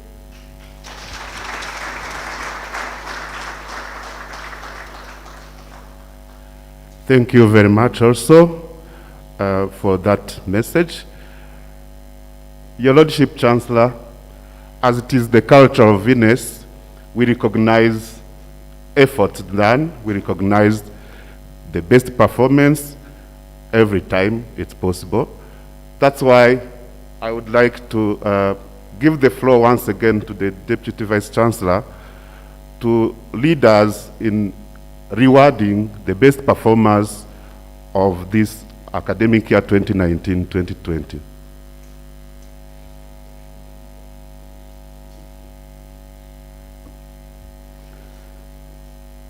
Your Lordship Chancellor, I have the honor to present the recognition and reward for the following graduates who excelled in their study and emerged as the best student in their respective department. Each graduate will receive a laptop.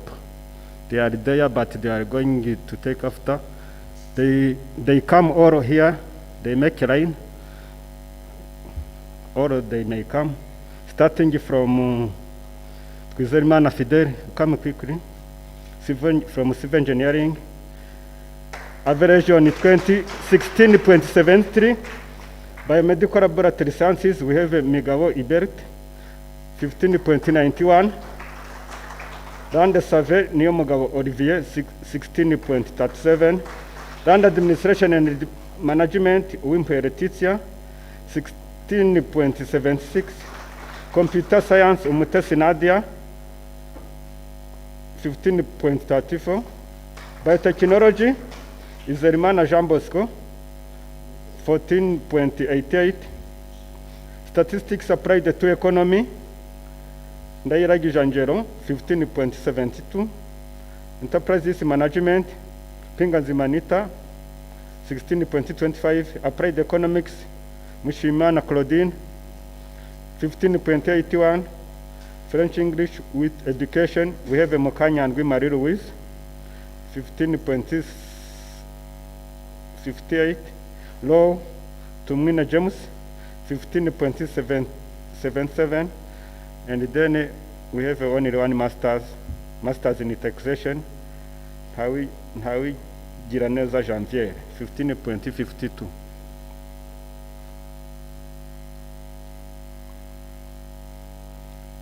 All of these marks are out of 20. Thank you.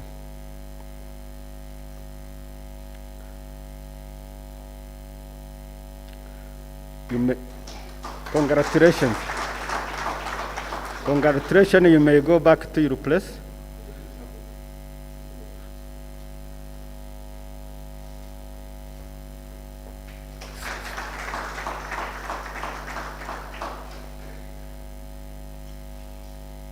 You may go back to your place. You'll get time to get your place, your laptops. Your Lordship Chancellor, I have the honor to present the recognition and reward the following best performing student from respective department during the academic year 1920. They may come here join. We have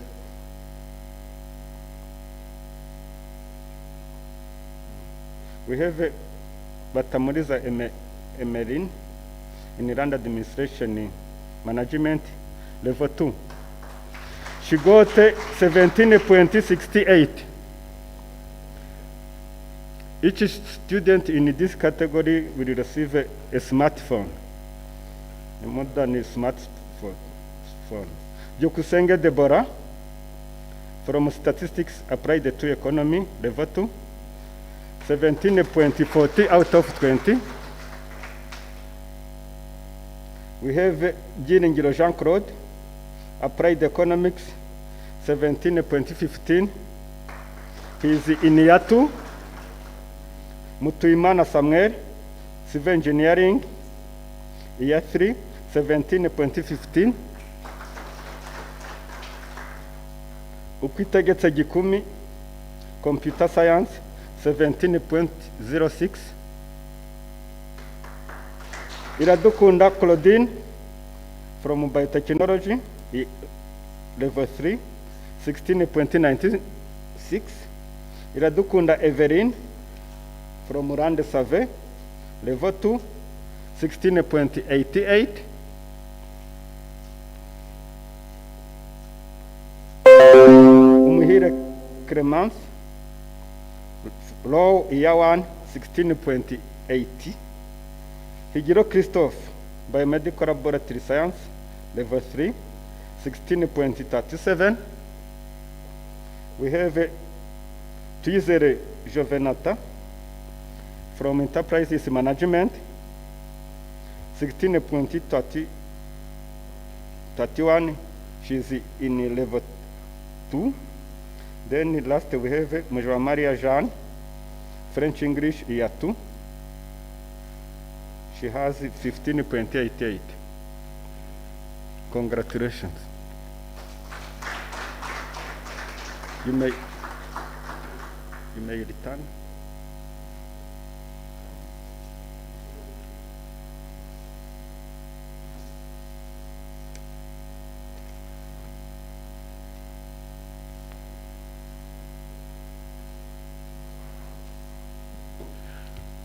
Congratulations once again to all those who got their rewards. May this serve as a motivation for others so that next year we will celebrate them also.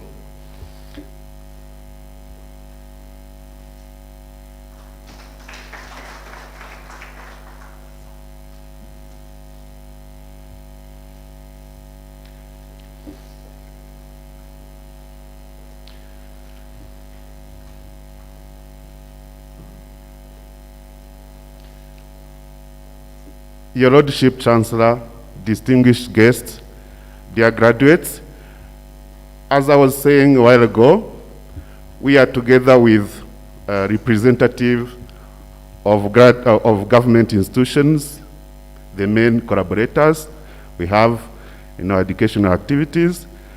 And at this time, allow me to give the floor to them for their message of today's event. We will start with the representative of the Ministry of Education, who, as I said, is with us online.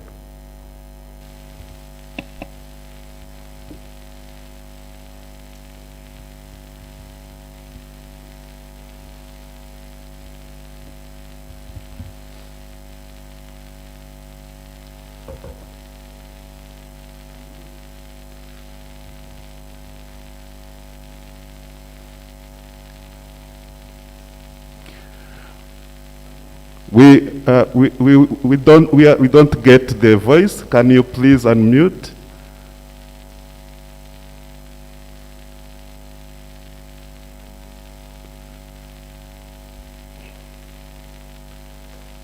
It's probably an issue of the volume. Please bear with us.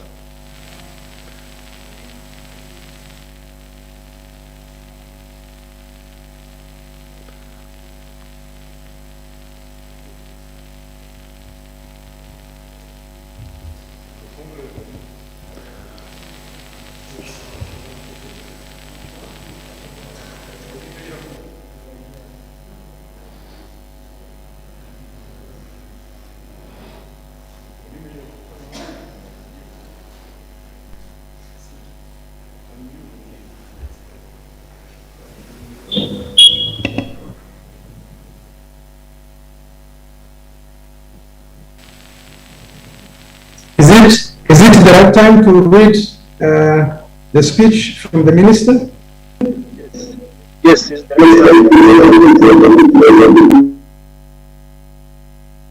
Okay. If it's the right time, then the following speech is from the Minister of Education in this graduation, which I'm going to read on behalf of her. And I begin. Your Lordship, Vincent Harolimana, the Chancellor and the legal representative of Ines-Ruhengeri, Ines-Ruhengeri Council Chairperson, Ines-Ruhengeri Vice Chancellor, Ines-Ruhengeri academic staff, education stakeholders, dear graduates of the 12th graduation of Ines-Ruhengeri, distinguished guests, ladies and gentlemen. Ndasaba numve ko munyumva noneho nkomeze. We can hear you. Yes, we can hear you. Yes. I read the following message on behalf of the minister.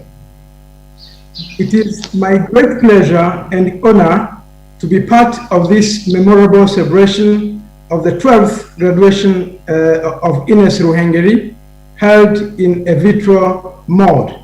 And I would like to begin by my remarks by congratulating Ines-Ruhengeri, more especially the new graduates for the achievements of this milestone. Indeed, COVID-19 crisis has been a big challenge to education due to the measures to curb its spreading, which included a temporal closure of universities and shifted to online teaching and learning mode for those who were prepared for it.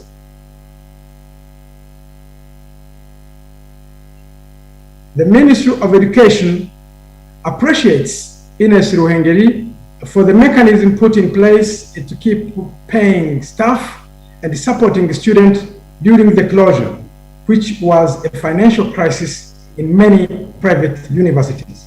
The ministry appreciates the way Ines swiftly shifted to the use of technology when physical delivery of lessons were not possible or were significantly reduced. Actually, today's graduation is another testimony of your commitment and resilience. Your Lordship Chancellor, your choice of STEM-related programs is in line with the strategic orientation of our country. The Ministry of Education will always support your efforts, including exploring possibilities of sending to Ines-Ruhengeri government-sponsored students, especially in some specialized programs that are run at Ines-Ruhengeri. Now, coming back to an event like today, traditionally, university graduation is a great ceremony. But most importantly, is to see the impact of universities in communities through employable graduates and linkages between university, academic life, and the community development needs. The Ministry of Education would want to see universities giving fair treatment to their three missions, which include teaching, research, and community service. Universities which teach without research and community service cannot promise the change we want. The National Commission for Science and Technology is a great opportunity to tap into, and the Ministry of Education appreciates that Ines-Ruhengeri has won a number of grants from the National Council for Science and Technology. The Ministry of Education appreciates the existing initiatives through laboratory services, Poreiro, seeds multiplication, and other consultancies. We keep encouraging efforts in the same line. Universities must become catalyzer of the development, beginning with the surrounding communities. Dear graduates, you have worked so hard to achieve this day. However, this is not the end in itself, but the true beginning of your journey. The Rwandan society expects your transformational contribution. So we urge you to believe in yourself, use the acquired skills and knowledge to make positive impact in your lives, communities, and your nation at large. You are invited to become life learners, equipped with creative thinking, whether you are going to be employed by others or self-employed. To our partners in education, the partners we have today from the industry who are following this graduation, it is time for all of us to come on board as partners. The industry should not expect quality graduates without participating in their preparation. So it is very important to strengthen our collaboration, the industry-academia partnership. We always deploy ourselves to strengthen the industry-academia partnership because it will close the gap of the skills needs in the industry and the skills we produce from our universities. Your Lordship Chancellor, distinguished guests, dear graduates, let me conclude my remarks by once again expressing my gratitude for the invitation and for the achievements of Ines-Ruhengeri. Enjoy your celebrations and may God bless you all. Thank you. That was the message from the Minister of Education.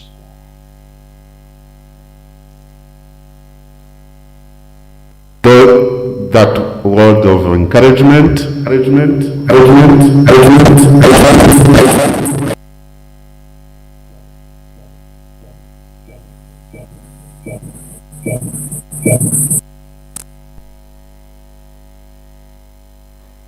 From the Ministry of Education.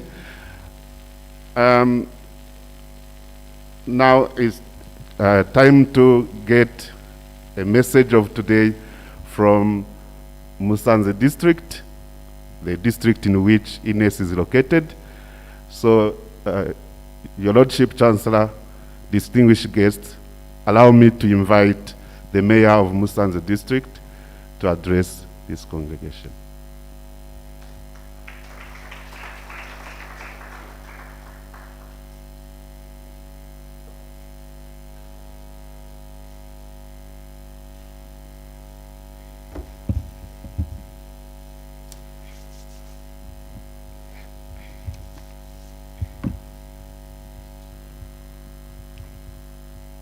Nyiricyubahiro Musenyeri, umushumba wa Diyoseze ya Ruhengeri, mukaba n'umuyobozi w'ikirenga wa Ines-Ruhengeri, Bwana Gatabazi Pascal uhagarariye Minisiteri y'Uburezi muri ibi birori, Bwana umuyobozi w'inama y'ubutegetsi ya Ines-Ruhengeri, Padiri umuyobozi mukuru wa Ines-Ruhengeri, bayobozi muhagarariye inzego zindi koranabuhanga, baremu barezi, babyeyi, banyeshuri, cyane cyane abasoje amasomo yabo. Nimugire amahoro, ubumwe n'ubwiyunge. Murakoze cyane.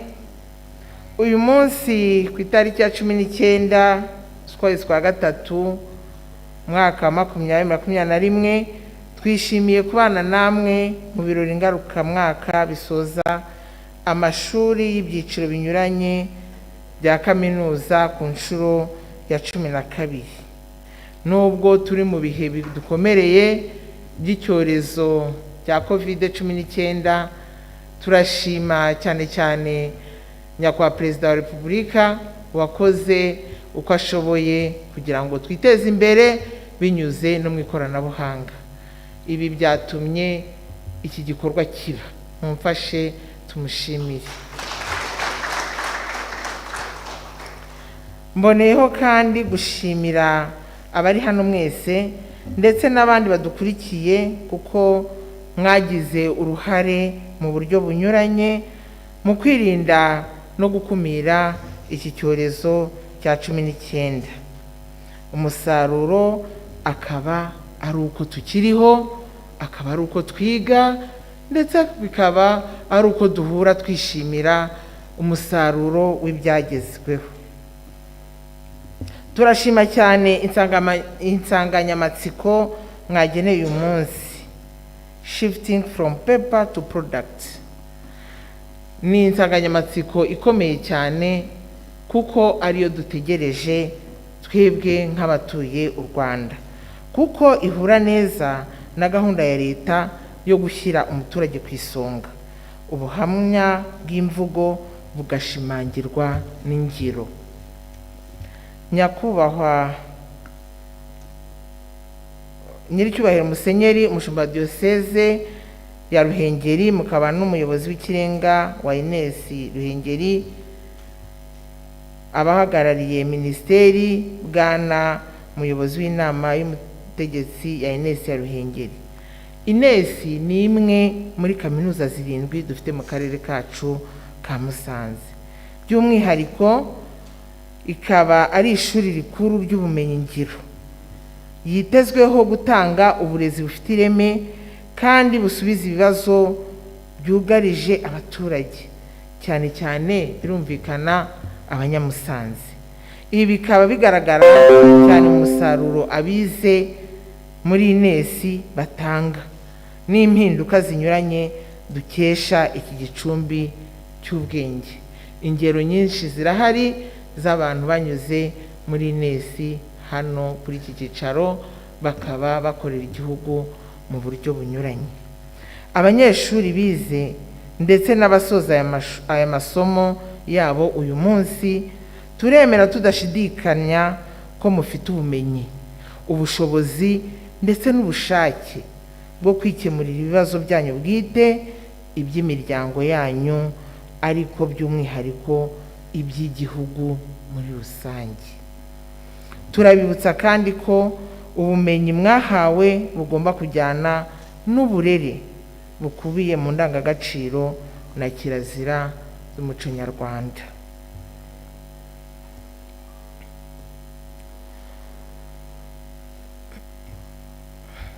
Kugira ngo murusheho kuba abanyarwanda bazima, ni ngombwa ko hakurikizwa ibyo mwavomye hano byose.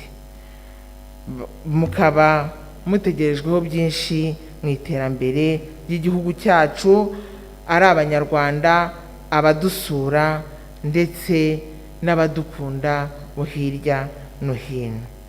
Banyeshuri rero bagera kuri 774 musoje amasomo uyu munsi, murasabwa gukomeza kwitwa abanyarwanda babereye u Rwanda. Mukomeze kurinda u Rwanda nk'umurage wa gihanga, mukaza kandi ku isonga mu kubaka u Rwanda rushya n'iterambere rya Afurika. Turashimira kaminuza ya Ines ko igaragaza umwihariko mu zindi gahunda za leta. Turavuga cyane cyane muri gahunda dusanzwe dukorana bya hafi mu gufasha abatishoboye, mu kwitabira ibikorwa binyuranye, ari iby'umuganda, ari iby'inama z'iterambere, ari byo kwegera ibyiciro binyuranye by'abanyamusanze. Nubwo ubu twakozwe mu nkokora n'icyorezo twavuze, ntabwo byatubujije kubigeraho ndetse no kubikora dukurikiza amabwiriza yo kwirinda COVID-19. iterambere rero riza risanga abaturage ba Musanze, by'umwihariko mu murenge wa Musanze iri shuri ryubatsemo, ariko by'akarusho mu kagari ka Rwambogo ni iby'agaciro gakomeye. Nkaba mboneyeho kubasaba gushimira nyakubahwa Perezida wa Repubulika iyindi nshuro we watekereje ko hano kuri Ines hakenewe umuhanda wa kaburimbo. Uyu muhanda wa kaburimbo unyura mu marembo ya Ines ni igikorwa cy'iterambere gikomeye, kubera ko burya iyo udashobora kugera ahantu nta n'icyo ushobora kuhakorera. Uyu muhanda twese dufatanyije twizere ko tuzawubyaza umusaruro, ari abatuye mu murenge wa Musanze gusa, ariko n'abatembera hirya no hino mu mirenge yacu. Navuga nko kugera mu murenge wa Kinigi banyuze hano bizorohera buri wese. Nyiricyubahiro Musenyeri, umushumba diocese yacu ya Ruhengeri, mukaba kandi n'umuyobozi w'ikirenga wa Ines ya Ruhengeri, bari mu barezi. Tuzi neza ko umurimo mushinzwe ari umurimo ukomeye usaba ubwitange, tukaba rero tubashimira byimazeyo uburyo mudahwema kwitangira igihugu ku murimo ukomeye w'uburezi, aribwo nkingi y'iterambere rishingiye ku bumenyi n'ubushobozi bw'abaturage b'igihugu cyacu. Turabasaba rero kudatezuka no guharanira ko uburezi bw'u Rwanda buhamya ibigwi biganisha ku cyerekezo igihugu cyacu cyihaye. Turabizeza kandi ko tuzakomeza gukora ibishoboka byose tugakorana bya hafi na Ines Ruhengeri nk'umwe mu bafatanyabikorwa b'indongozi mu karere kacu ka Musanze. Mbifurije umunsi mwiza n'amahoro y'Imana. Murakoze.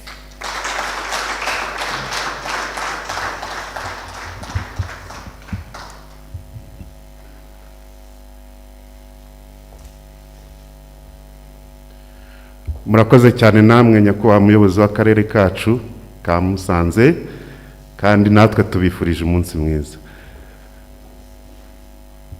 Your Lordship Chancellor, distinguished guests, I think we have now reached a climax of this celebration. That is the message, the key message from the guest of honor. But as usual, you know that I don't have the authority nor the power to usher you, Your Lordship Chancellor, to this lectern to speak to the speech. That's why I'm requesting the Vice Chancellor of Ines-Ruhengeri to do that on behalf of all people present.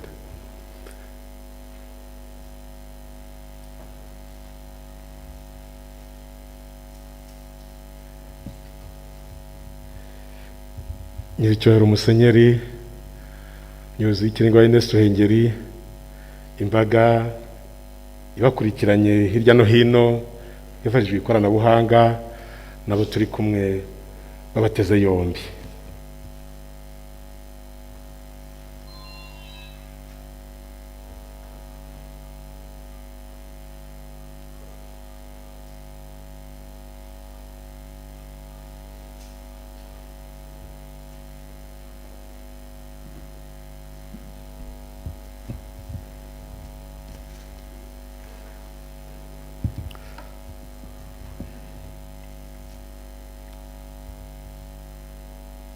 Bwana Gatabazi Pascal, uhagarariye nyakubahwa Minisitiri w'Uburezi muri ibi birori, nyakubahwa muyobozi w'akarere ka Musanze, bayobozi mu nzego zitandukanye muri hano n'abadukurikiye hirya no hino, babyeyi, banyeshuri mumaze guhabwa impamyabushobozi, bavandimwe, inshuti mudukurikiye ku maradiyo na televiziyo no ku mbuga nkoranyambaga zitandukanye, ndabaramukije mwese mbifuriza ineza n'amahoro dukesha Imana umubyeyi wacu.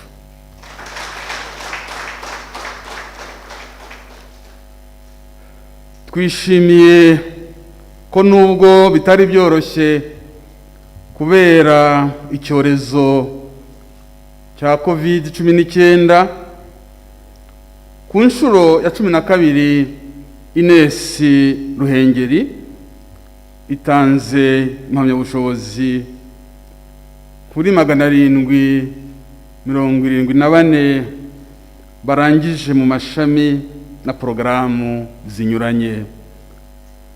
Turabyishimiye kandi turifuza kubigaragaza duha Imana amashyi n'impundu.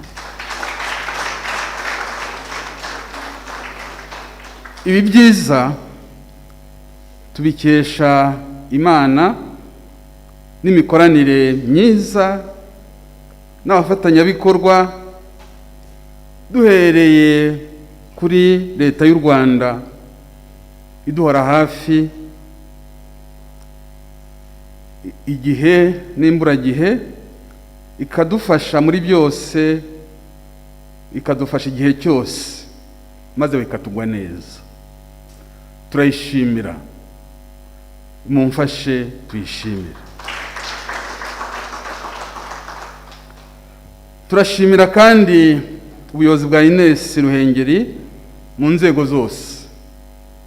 Turashimira abakozi bose kubera ubwitange, imikorere myiza n'imikoranire myiza bibaranga. Mboneyeho no gushimira abanyeshuri, ababyeyi, imiryango irihira abanyeshuri, cyane cyane FARG, FAWE Rwanda, New Life n'abandi ntarondoye hano, kubera uburyo mwitanze kugira ngo nubwo ibihe byari bikomeye tube tugeze kuri iyi ntambwe ishimishije. Ines-Ruhengeri itewe ishema kandi no kubona ko gahunda yayo yo kubaka ibikorwa remezo mu ikoranabuhanga kugeza ubwo iba Smart Campus yaje ikenewe, ikaba igisubizo muri iki gihe cyo kurwanya no kwirinda icyorezo cya COVID-19. Tuboneyeho umwanya wo gushimira tukuye ku mutima Minisiteri y'Uburezi yemeye guha agaciro imbaraga twashyize mu ikoranabuhanga, gutangira kwigisha rugikubita ku buryo bw'imbonankubone, ndetse dufatanyije n'ibyiyakure.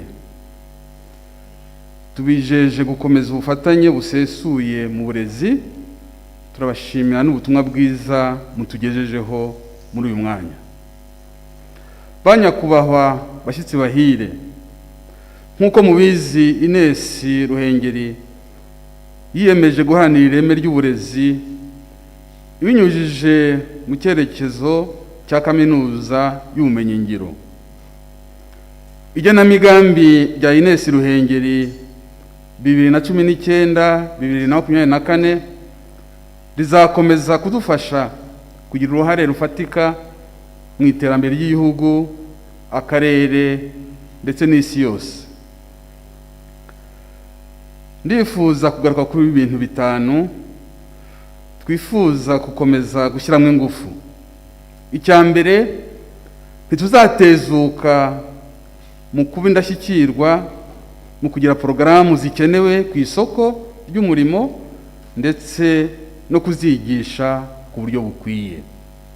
Icya kabiri, tuzakomeza gushyira imbaraga mu ikoranabuhanga mu buryo bunyuranye, haba mu miyoborere ya kaminuza yacu, haba no mu myigishirize n'ubushakashatsi. Icya gatatu, tuzakomeza kugeza ku baturage ibisubizo birambye binyuze mu bushakashatsi ngiro no kwigisha mu buryo buteza imbere guhanga umurimo. Icya kane, tuzakomeza kubaka ibikorwa remezo bifasha abanyeshuri mu kwiga neza, birimo amashuri ameze neza, za laboratwari n'ibikoresho byazo ndetse n'amacumbi. Nk'uyu mwaka turishimira ko twujuje andi macumbi ashobora kwakira abanyeshuri 400. Icya gatanu, tuzakomeza kwita ku mibereho myiza y'abanyeshuri, ariko by'umwihariko dushyira imbere uburere bushingiye ku ndangagaciro z'ishuri gatolika, twubakira ku ndangagaciro za gikristu n'iz'umuco nyarwanda. Iri genamigambi rya Ines-Ruhengeri rizakomeza dushingiye ku byo twagezeho muri iyi myaka ikabakaba 20 Ines-Ruhengeri igiye kumara ishinzwe. Dufite ingamba zo gukomeza kujya mbere dusubiza ibibazo biriho, cyane cyane ibyakuruwe n'iki cyorezo cya COVID-19 n'ingaruka zacyo mu buzima bw'abaturage. Tuzubakira ku nkingi 3 nk'uko tubimenyereye: ikoranabuhanga, ikindi kwagura amarembo ndetse n'ubufatanye hagati ya kaminuza n'inganda. Turashimira tubikuye ku mutima leta y'u Rwanda ituba hafi buri gihe. Tugashimira leta y'u Rwanda nk'uko mwabyumvise yemeye kuzaduha abanyeshuri irihira kugira ngo baronke kuri ibi byiza biri hano muri Ines-Ruhengeri, ariko bitume tunongera umusaruro ubereye u Rwanda kurushaho. Banyakubahwa mwese bashyitsi bahire, mu gusoza twongeye gushimira byimazeyo leta y'u Rwanda uburyo itwitaho binyuze mu Minisiteri y'Uburezi n'izindi nzego. Tugashimira abayobozi mu nzego zose z'igihugu muri rusange, uburyo bw'umwihariko abayobozi b'intara y'Amajyaruguru n'uturere tuyigize, ariko cyane cyane akarere ka Musanze dutuyemo. Turongera gushimira abafatanyabikorwa bacu, tunabamenyesha ko tugikeneye ubufatanye bwabo kugira ngo hataba icyuho mu burezi. Turacyakeneye abo dufatanya urugendo, tugahuza imyigire n'ibikorerwa mu mirimo hirya no hino binyuze muri za stage, mu ngendo shuri, mu biganiro mpaka, mu bushakashatsi no mu kwigira ku bibazo biriho muri iki gihe muri sosiyete, maze tukareba umuti twabiha kugira ngo dufashe abaturarwanda n'abandi bose baza batugana. Turashimira mwe mwahawe impamyabushobozi none muri Ines-Ruhengeri, mwatubereye abana beza, kandi turifuza ko mukomeza kutubera abafatanyabikorwa aho muzajya hose. Tubifurije ko ubumenyi n'uburere mukuye muri Ines bibabera impamba ikwiriye mu buzima bwanyu. Turabifuriza ishya n'ihirwe. Turabashimira mwe mwese mwateguye neza uyu munsi mukuru n'abafashije bose kugira ngo bigende neza ku buryo bukwiye bijyanye n'ibihe turimo. ndabifuriza mwese umugisha w'Imana. Murakarama.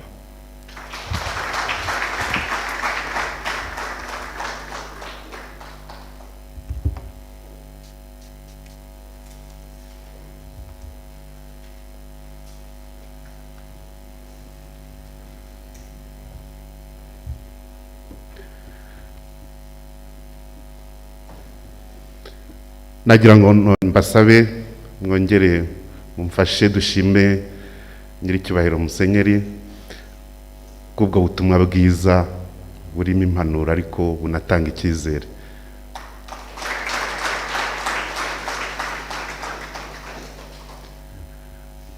Your Lordship Chancellor, distinguished guests, ladies and gentlemen, we have come to an end of today's graduation ceremonies. As usual, we are going to close, first of all, by having the permission from Ines Council, permission to close today's graduation. Then after that, we'll rise once again to sing Ines anthem, and we will close with a prayer. First, allow me to invite the chairperson of Ines Council to conclude this 12th graduation ceremony.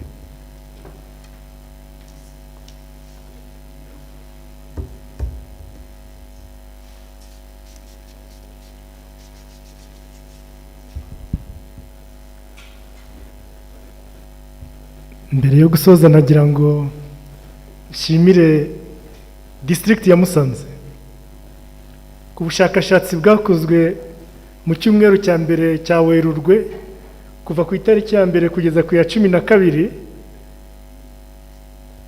basanze district ya Musanze kuri positivity rate on COVID-19 it was 0%.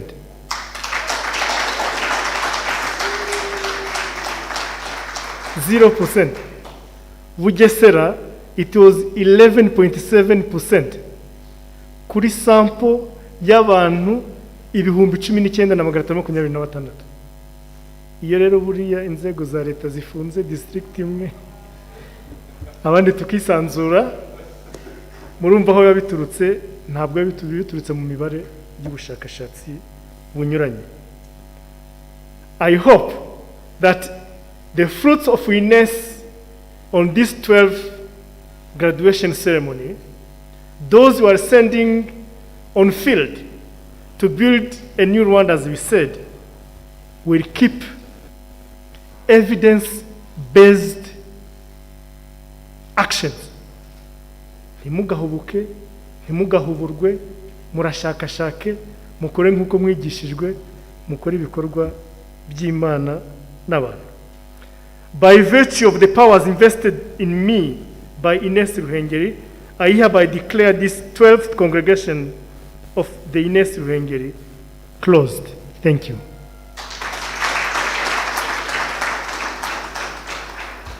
Thank you very much for giving us the authorization to close. I now would like to request once again to rise for the singing of Ines anthem. After we'll continue with the prayer. And in order for me not to come back, I would like to give as a communique that we are going to take memorial picture, but it is going to be taken here. The protocol is going to help us to organize in such a way that we keep respecting the measures of curbing COVID-19.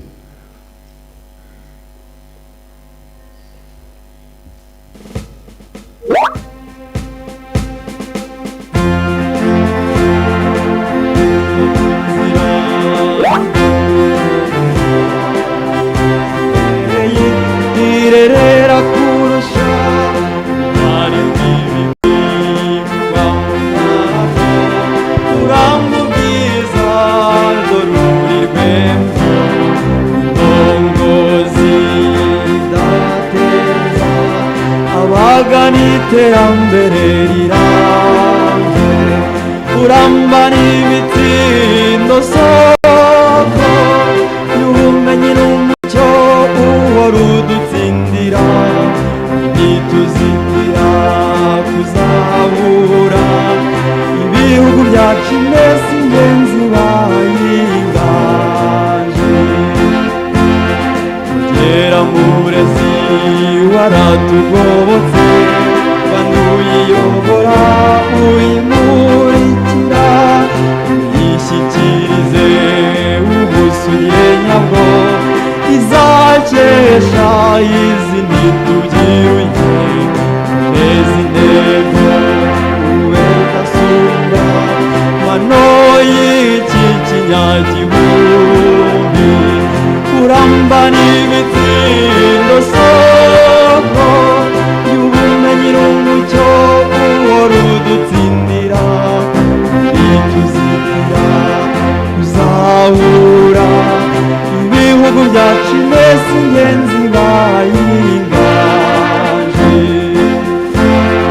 Mbese iganza ubushobozi buvuguruza ubuzima bw'igihugu, witwe igisubizo, uharirwe kurera ejo hazaza, turere inkingi wubakiyeho, izijegajega cyo kw'isi muto, uramba n'imitsindo soko y'ubumenyi n'umucyo uhora udutsindira, ntituzitira kuzahura ibihugu byacu mbese ingenzi bayinganje. Ineza itsinda umenywe na bose, abakubwiwe bakurarikire, ukataje n'ishyaka ryinshi, urashyikire ndetse unarenga imashura kurusha imyaka, kandi ko kuzahora utsinda, uramba n'imitsindo soko y'ubumenyi n'umucyo uhora udutsindira, ntituzitira kuzahura ibihugu byacu mbese ingenzi bayinganye.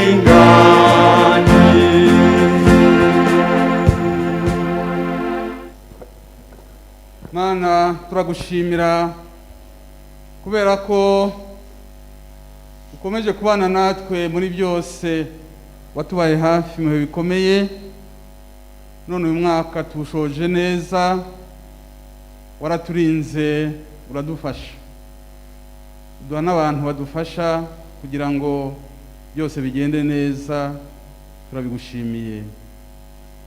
Turagushimira ko wabanye natwe muri ibi birori, muri uyu munsi mukuru, turagushimira abaje, turagusaba ngo ubaherekeze kandi twongere imbaraga mu butumwa dufite hano muri Ines, buri wese ku ruhande rwe yitanga uko ashoboye aharanira ineza Ines ihora ijya mbere, ifashe u Rwanda n'Abanyarwanda, ifashe abayigana mu kugira ubwenge, ubumenyi n'ubushobozi n'uburere bukwiye, kugira ngo buri wese agire uruhare mu kugira isi nziza no kuyitunganya, kugira u Rwanda rwiza, kubona ibisubizo by'ibibazo biriho, kugira ngo umuntu wese aho ari amererwe neza, abikesha ubwitange by'abarerewe muri uru rugo.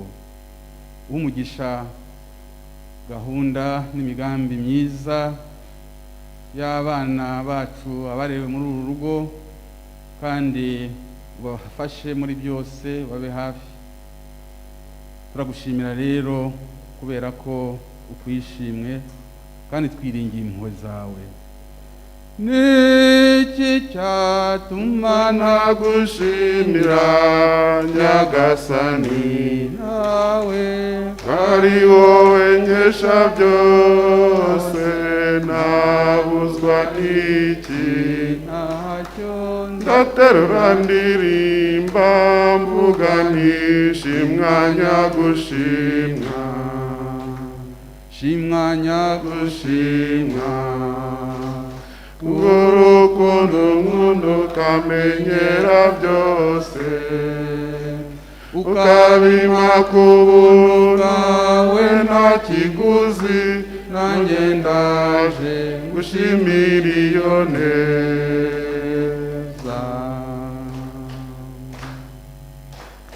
niki cyatuma nagushimira nyagasani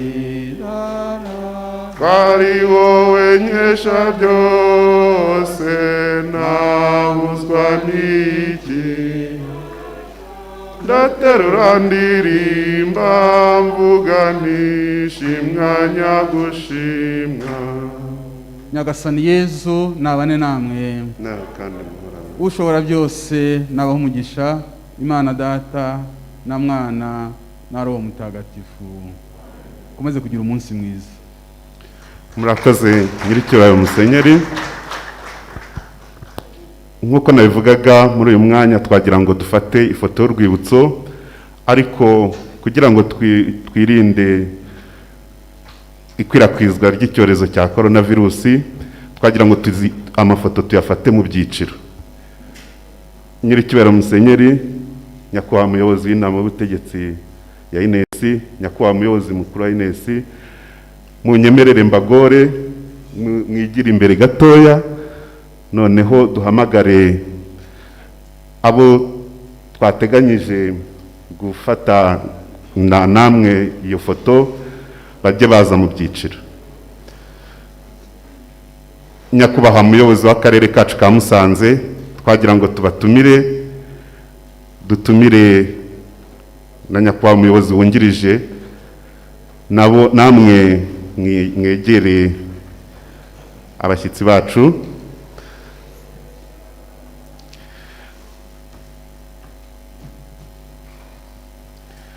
Abandi turi bujye dutumira barahagarara hano imbere ariko hasi, noneho ifoto ibashe gufatwa. Twashakaga gutumira mbere na mbere b'abanyeshuri barangije, nako ubwo ntibakira abanyeshuri, bamwe bahawe ibihembo nk'abahize abandi muri iyi myaka ine bamaze hano. Tubasaba ko ariko mutambuka n'intambwe ishinguye kugira ngo iki gikorwa gisozwe kitarambiranye.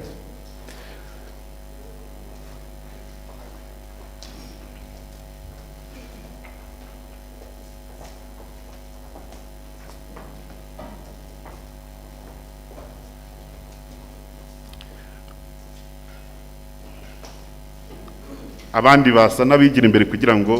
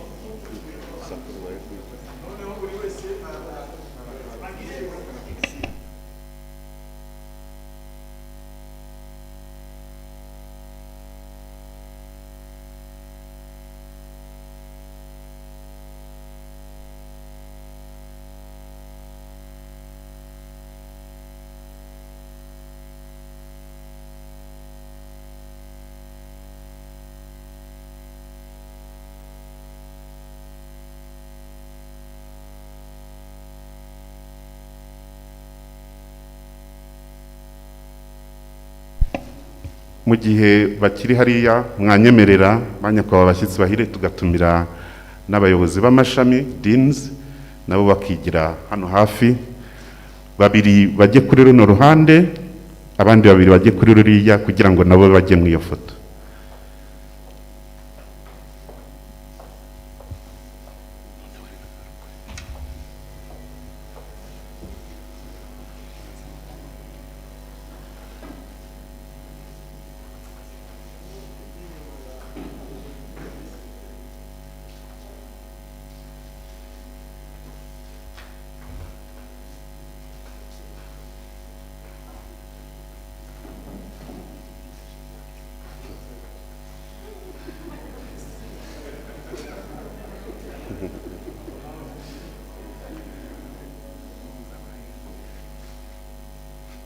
murakoze twasaba aba banyeshuri abari abanyeshuri ko batanga akanya tugatumira abandi.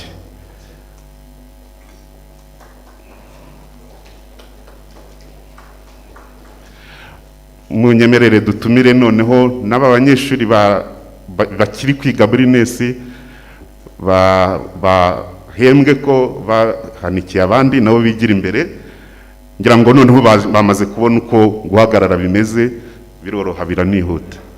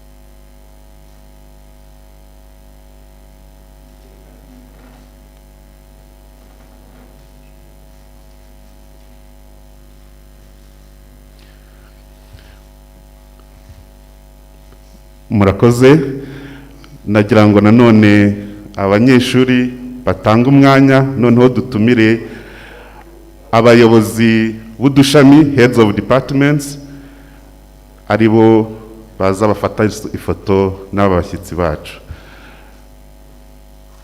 Abayobozi b'udushami, heads of departments, ngira ngo birashoboka ko twahita tunatumiriraho rimwe abayobozi batandukanye, directors, aha ndi kuvuga dean of students, director of quality, director of library na registrar.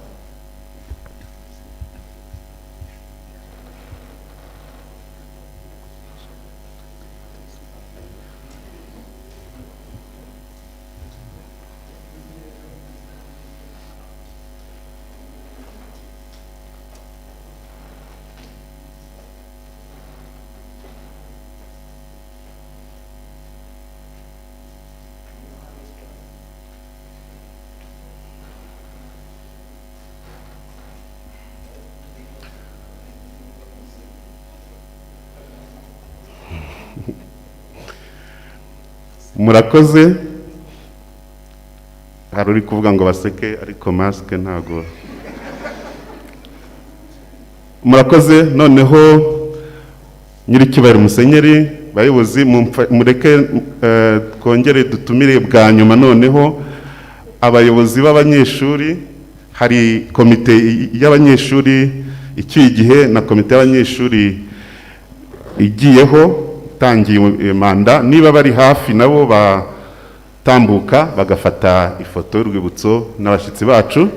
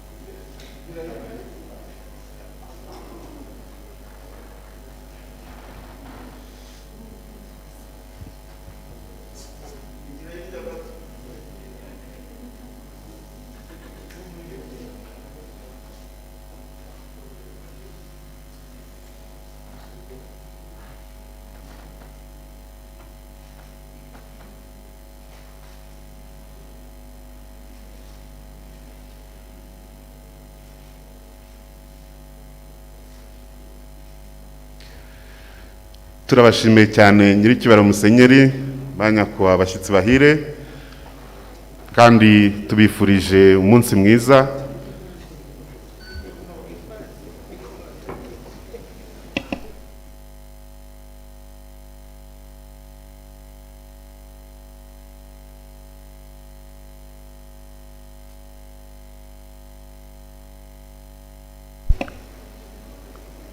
Mu gihe abashyitsi bacu barimo gusohoka, twagira ngo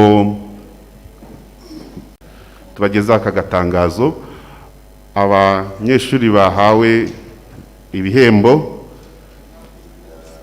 abandi nibasohoka bo basigaremo hano kugira ngo hakurikijwe amabwiriza yo kwirinda icyorezo cya COVID babashe gushyikira ibihembo byabo babitahane.